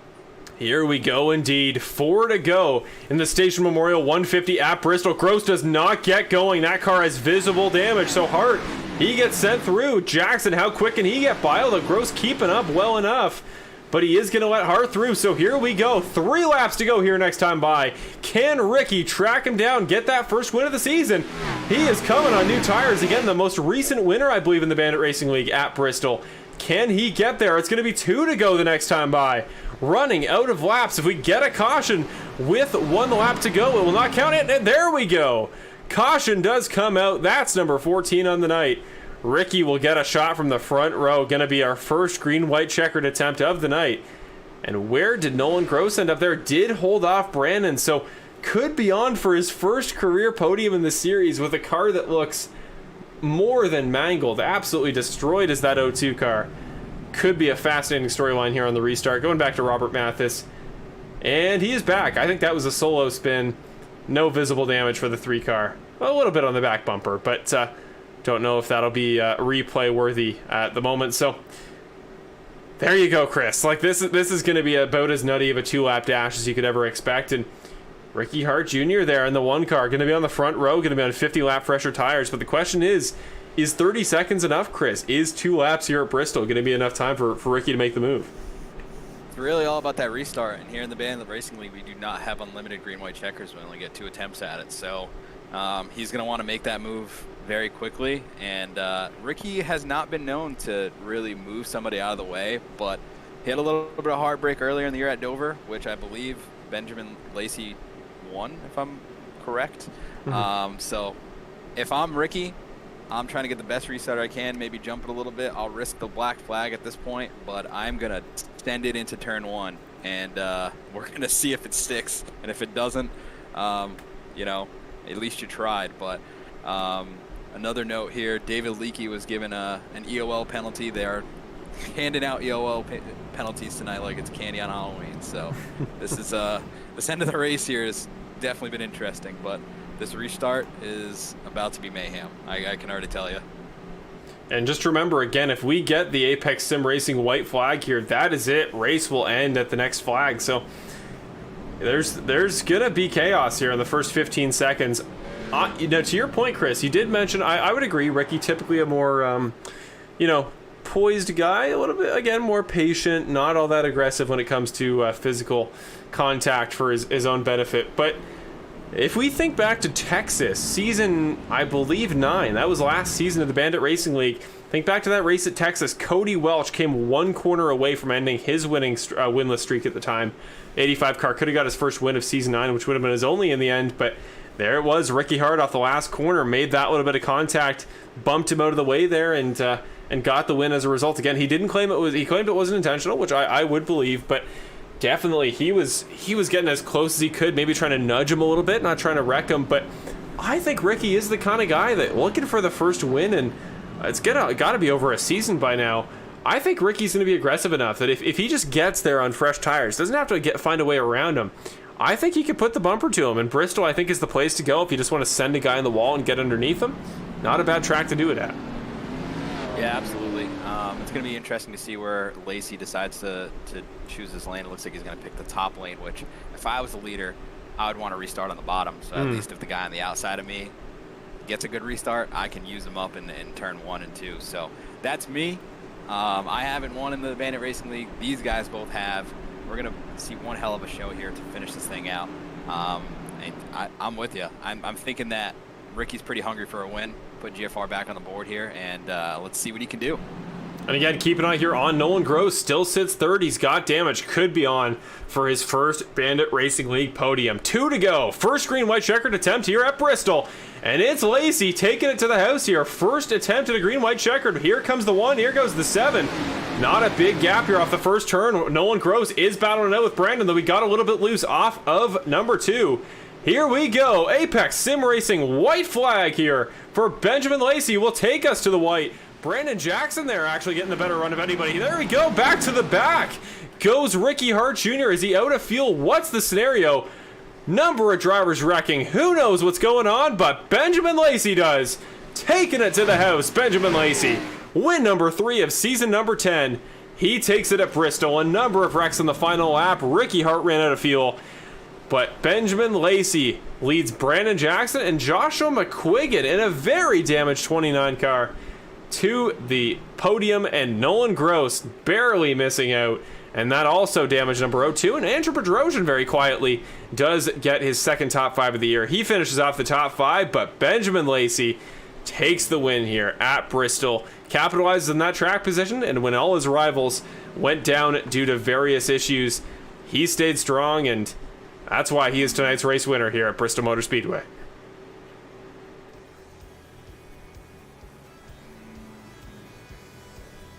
There we go. The victory burnouts begin. He's going to burn him down. And again, very, very well deserved, I would say, for Benjamin. I know there was a lot of chaos and a lot of guys got taken out of the equation due to a variety of issues. But I would say, Chris, he drove his heart out there on the restarts. We talked about it all night. And as a result, he just when it was most crucial here on the green and white checkered, he was just impossible to pass.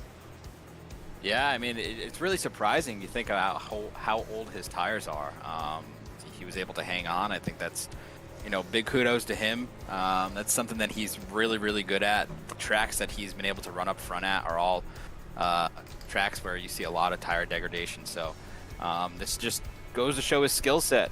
Guy can hang on to his tires, and he puts his car in the right place at the right time, despite almost being taken out of the race with the contact between him and the 04. Crazy storylines that are going to play out for the rest of the season, and congrats to the 7 car, congrats to everybody in the top 3. Good run from McQuiggan there, but yeah, just great racing tonight. Great racing despite all the cautions. That's the perfect way to put it tonight. What a race in honor of the Station Night Qualifier tonight, the Station Memorial 150, and definitely the finish that was worth the price of admission. Definitely one we were looking forward to. And now, as Benjamin finishes up the victory burnout here, it's time to bring him in the booth. Your winner's interview tonight with Mr. Benjamin Lacey. Let's get him up here in the broadcast booth. Hey, Benjamin, Marshall, and Chris up in the broadcast booth. You got a copy? I do. I got you. Welcome, Benjamin. 3rd win of the season, and you do it in exciting fashion there. You were down to the wire. You had to do a green, white checkered. You had a bunch of late restarts. You got in that good piece of track position, but what were the nerves like? What was the strategy there? And you picked the top line there. What was your defensive style there in those last 10 laps to get you to this point you're at now? Yeah, basically when I saw, Nick and everybody else kind of come down pit road, I thought, we had about 20 laps or so left, and I thought that might be a mistake, so I chose to stay out. And at that point I knew it was just going to be kind of choosing the right line, which is the outside for me, and then keeping the restarts varied and keeping everyone behind me with a good jump. And that was the defense, because once it got sideways there on that one restart, I knew getting good restarts was going to be critical to stay up front, and luckily worked out in the favor. Now, it seemed like probably the biggest obstacle for most of your top rivals there tonight was just like the nerves, and I think the inherent desire to go aggressive here at Bristol. I think it's so tempting to make those big moves. Whereas early on, when you were battling with guys like Brett when he was leading, like Nick for a little bit there, you seemed a lot more poised, a lot more patient. You just kind of put the car in behind and didn't take a lot of aggressive lunges. Is that kind of the way you approach the race? And how do you think you were keeping your head better than all those guys who were getting penalties and getting involved in late wrecks? Yeah, this track is all about patience, because once you start getting into the mental part of it, this track is still short, and the tempers can go real quick. You got to be patient. You got to just kind of keep your mark, keep your line, and if they make a mistake, that's when you got to be there to take advantage of it. And in those positions there, what I was able to do. It was, and there you go, Ben. 3 wins on the season. Second guy to get to that point this year. Nick is the only other one that'll help you in the championship. And just checking where Nick finished. He finished back in 6th, so still a good haul of points for him. But you're starting to track that down. I'm curious to know, what is the desire this season for the 7 car to be your regular season champion for the Bandit Racing League? And is there sort of a style of race or a style of track that has kind of suited you this year, and you think could be your way to get some more wins and potentially make yourself the regular season champion? I really like the 2-mile tracks. Those are always kind of fun for me. Tracks like Auto Club, those are always one of my favorite tracks to go to. Well, those are probably more of a strength for me. 1.5 miles are kind of okay, and then short tracks, had to put some work in on this track to get decent at it. So that's kind of where I'm at. But yeah, obviously want to win the championship, so doing what I can to be in contention for it. Well, I'm actually surprised to hear you say that about short tracks, because you got the win at Dover, and now you got the win here at Bristol. You're winning some of the shorter circuits, but if you're a 2-mile guy, you got Michigan next week. So what's the feeling going in there? Could we be seeing number 4? Could you tie it with Nick? And just what's your experience with Michigan historically? I hope we can tie it with Nick, but obviously there's a lot of factors that can play in there. There's guys out there who are fast. E. Jackson can do it, Nick obviously can do it. Daffin won Auto Club, so he's going to be fast probably at Michigan. So there's a lot of different factors that kind of go in and going to see how the race plays out, and hopefully we can be in contention for it at the end. Benjamin, sorry, Marshall. I just wanted to ask Benjamin a quick question. I know this is kind of what all the viewers are thinking. Congrats on the win, first of all. I've raced against you a couple times here throughout the seasons, but I know what all the viewers are thinking. I know what I'm thinking. if you could just kind of walk me through what happened there with the 0-4 there. It's such a crucial part of the race. I'm just kind of wondering your perspective on that as the story kind of develops here. Yeah, so for me, Brett's doing what he's got to do with that situation. I mean, he's got to push it hard to get the lead, because it's so tough to pass here. So it's not anything where I don't think he necessarily did anything wrong per se. And then from my perspective, it's a thing I got to protect my position. So I think I was trying to get to the point where giving him not enough room to make the move, and then got bumped a little bit and turned sideways. I was able to save it. I think I got hit straight. So, but that's from my perspective, is just kind of one of those racing deals where we're just racing hard for the position, and a little bit of contact was made, and then kind of went from there. Awesome. Well, thank you, Chris, for being the advocate of the people. I know there were so many incidents tonight that honestly I forgot that was one of the ones you were involved in, Ben. That was just kind of the night we had, and in the end, to come out on top in a race like this is, I'd imagine, got to be pretty exciting, knowing guys had a lot worse nights than you do, and you just kind of late in the race there did what you had to do, got dialed in, and cruised to your third of the season. So you know the deal. You've been here first interview of the night now 3 times this season, second most of anybody in the series. So if you got any friends and family you want to shout out, any sponsors to mention, anything you want to talk about, now is your chance as the race winner. Yeah, Filming the Wild, sponsoring the car, giving us a nice little paint scheme. So appreciate them and what they do. Wildlife documentary is kind of the thing, kind of behind the scenes of some stuff that they do. So go check them out on YouTube. Give them a shout out. It's pretty cool. And we got Geezer, we've got Rogue Energy, they're Perfect Shine, I think. Is it SimCube? Sim Hub, that's what it is, right? I feel like I'm missing somebody, but all our sponsors, we appreciate you guys for what you do. And then you, Marshall, Chris, Full Send Broadcast, you guys do a great job, so appreciate that, and all the admins. Perfect. Thank you, Ben. Thank you as always. It's always a pleasure. Benjamin Lacey, your race winner at Bristol, and man, what a season, Benjamin. I've only been impressed with how you've grown as a driver the last 2 or 3 years I've been with the series, and just proving yourself as definitely a top 2, top 3 driver in the series. And if there's anybody I think can go track down Nick for the regular season championship before we get to the playoffs, I think it's definitely you. So keep it going. You got a 2-miler next week, and we'll see what you can do at Michigan. 10-4. Yeah.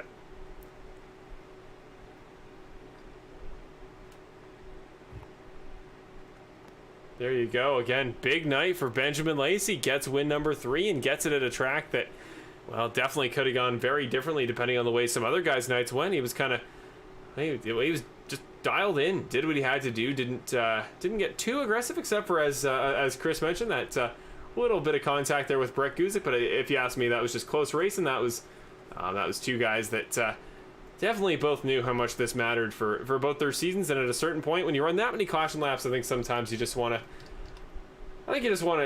give it everything you got and not leave anything on the table. So I think that's what happened. But now we're off to a guy who had a very different race, a lot more quiet for himself, which is relatively uncharacteristic for this guy. It's Brandon Jackson, and we're going to go to him alongside in the broadcast booth in just a moment.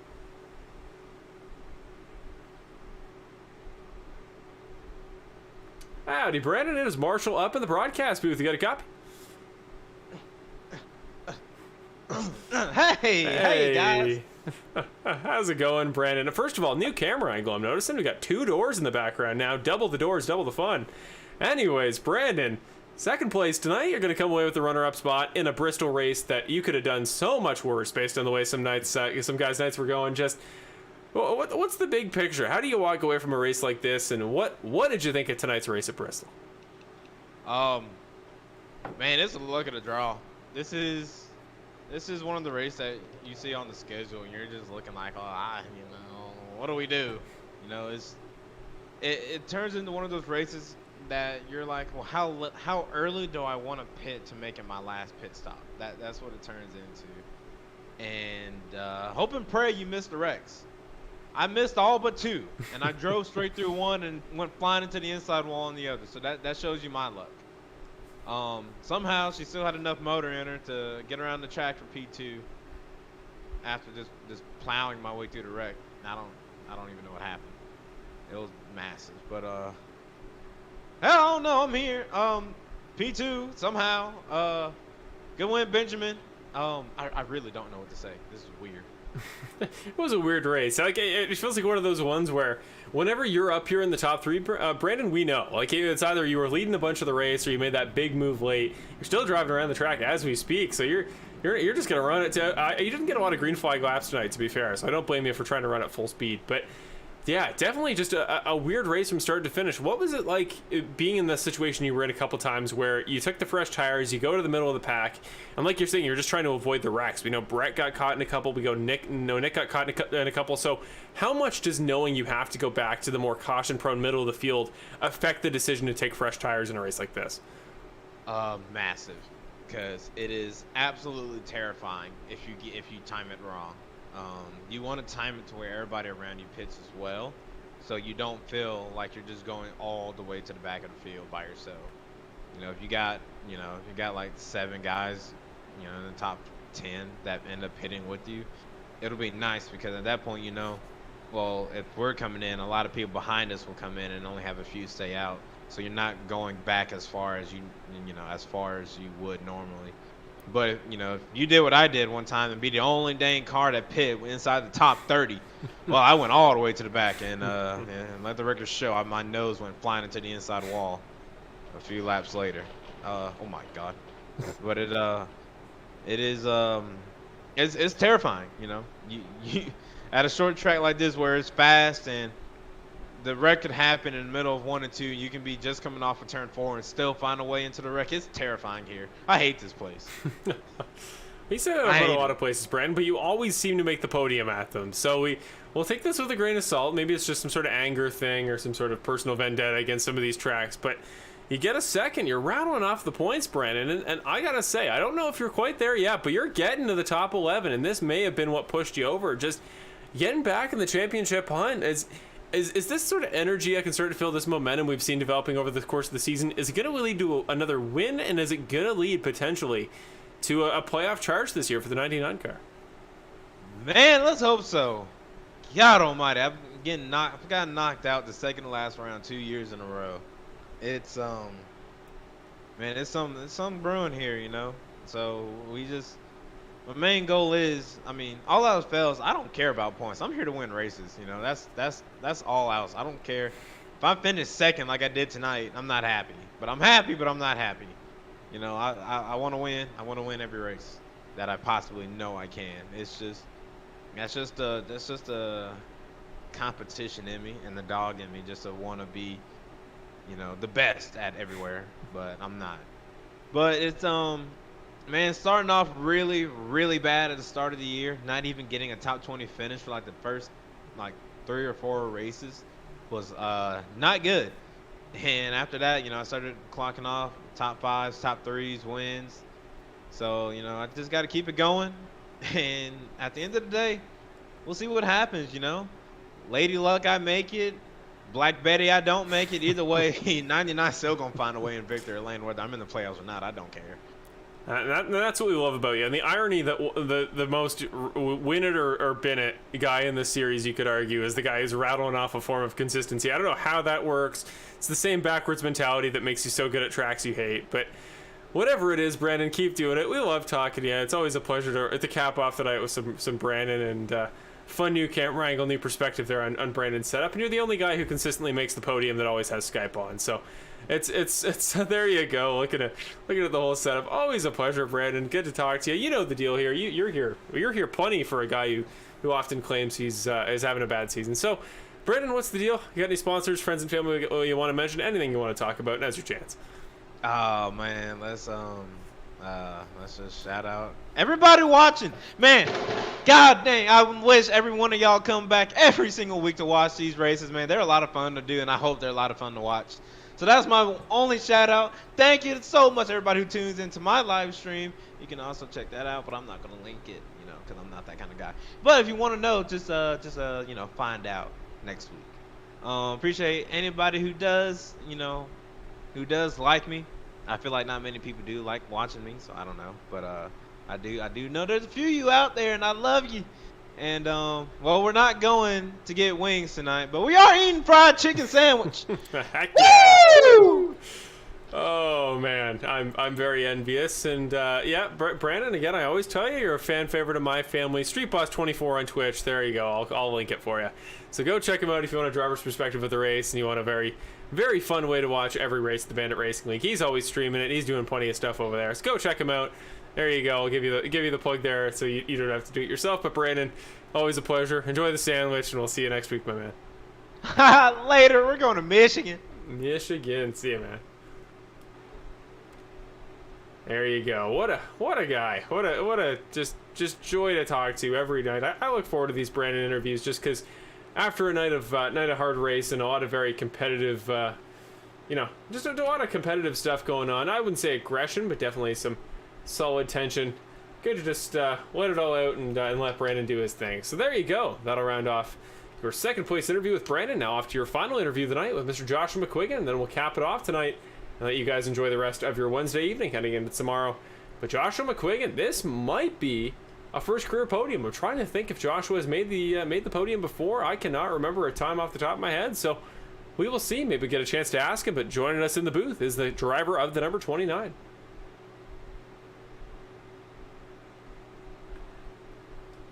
Here we are, just pulling him up. Hey, Joshua, Marshall up in the broadcast booth. You got a copy? Yep.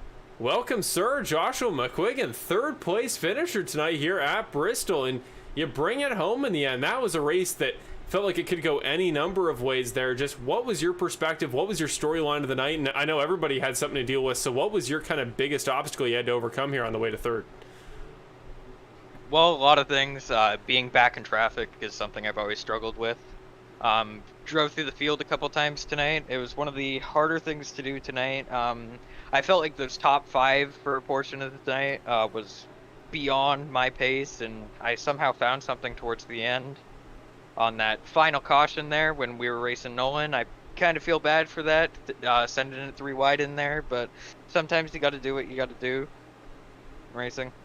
Yep, very, very much agreed. Always kind of go by that logic, especially with Bristol, a track where so much on track collision was going to be kind of assumed. But big result for that 29 car. I'm genuinely trying to remember. It's been a long night trying to rack my brain. Is this a first career podium for the 29 car? It's a first for 2 reasons: first top 5 and first career podium in the same night. There you go. Well, first of all, congratulations. Welcome to the broadcast booth, Josh. I was trying to remember if we talked before. It's been a lot of first-time podium sitters this season, and you joined an elite club.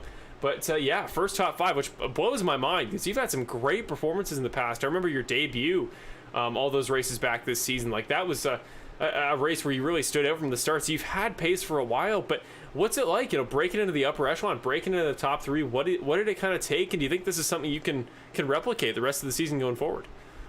A lot of wrecking tonight. There was a lot of good cars wrecked tonight. So I don't think I had the top 3 pace, but I got quite a few lucky situations there towards the end, put myself in a great position to get that podium. It's sucked throughout the season not being able to get a top 5 yet or anything. We've been so close at so many occasions, in 6th place and 7th place. It's kind of just where we've sat all season, but I'm hoping this will bring some momentum into next week and going forward from there. Well, I'm just curious to know a little bit more about you, Josh, for the rest of the season, and know what we should be thinking when we see the 29 car on track. Besides just he's a very quick, very top 10 pace worthy driver. But what do you think are your biggest strengths? We talk about guys like Brett and Benjamin being great at strategy. Guys like Nick are just fast. They're good at road courses particularly. What's sort of your niche? What do you think you're best at? And what do you think your best skills as a driver are? Short runs, definitely short runs and defensive driving. I believe we saw it at Dover a little bit. Mm-hmm. Defensive driving is definitely one of my bigger skills. I've definitely done a really great job defending lines and doing all that sort of stuff. I have amazing short run pace, blistering on the short run, and then it kind of falls off towards the longer run. But if we can nail these longer runs down, it should be able to get a little bit better. Always great at short tracks. I'm happy to get a top 5 at Bristol.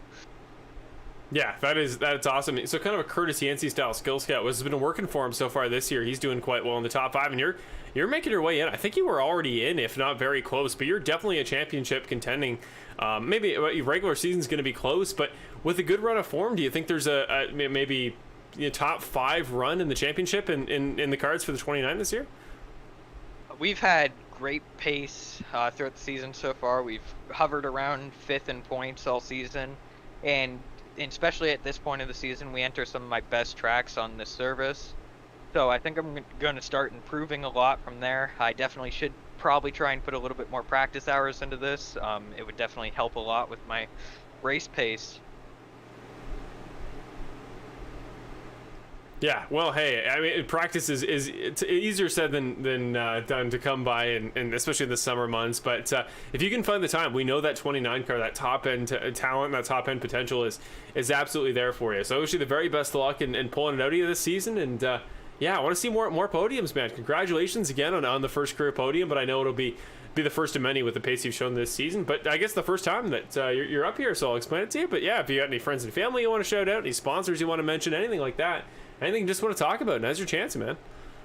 LAT Racing Oil, field filler. They've always great. LAT Racing Oil's best racing oil in America. So if you need racing oil, know where to get it. Field filler, great Instagram account. Go check them out. Field filler on Instagram. I don't know the .com or anything. Family, my father, Chris, he always supports me in my racing. Real life racing, sim racing, he's always been a big supporter. All my friends and family have been great supporters throughout my whole racing ventures.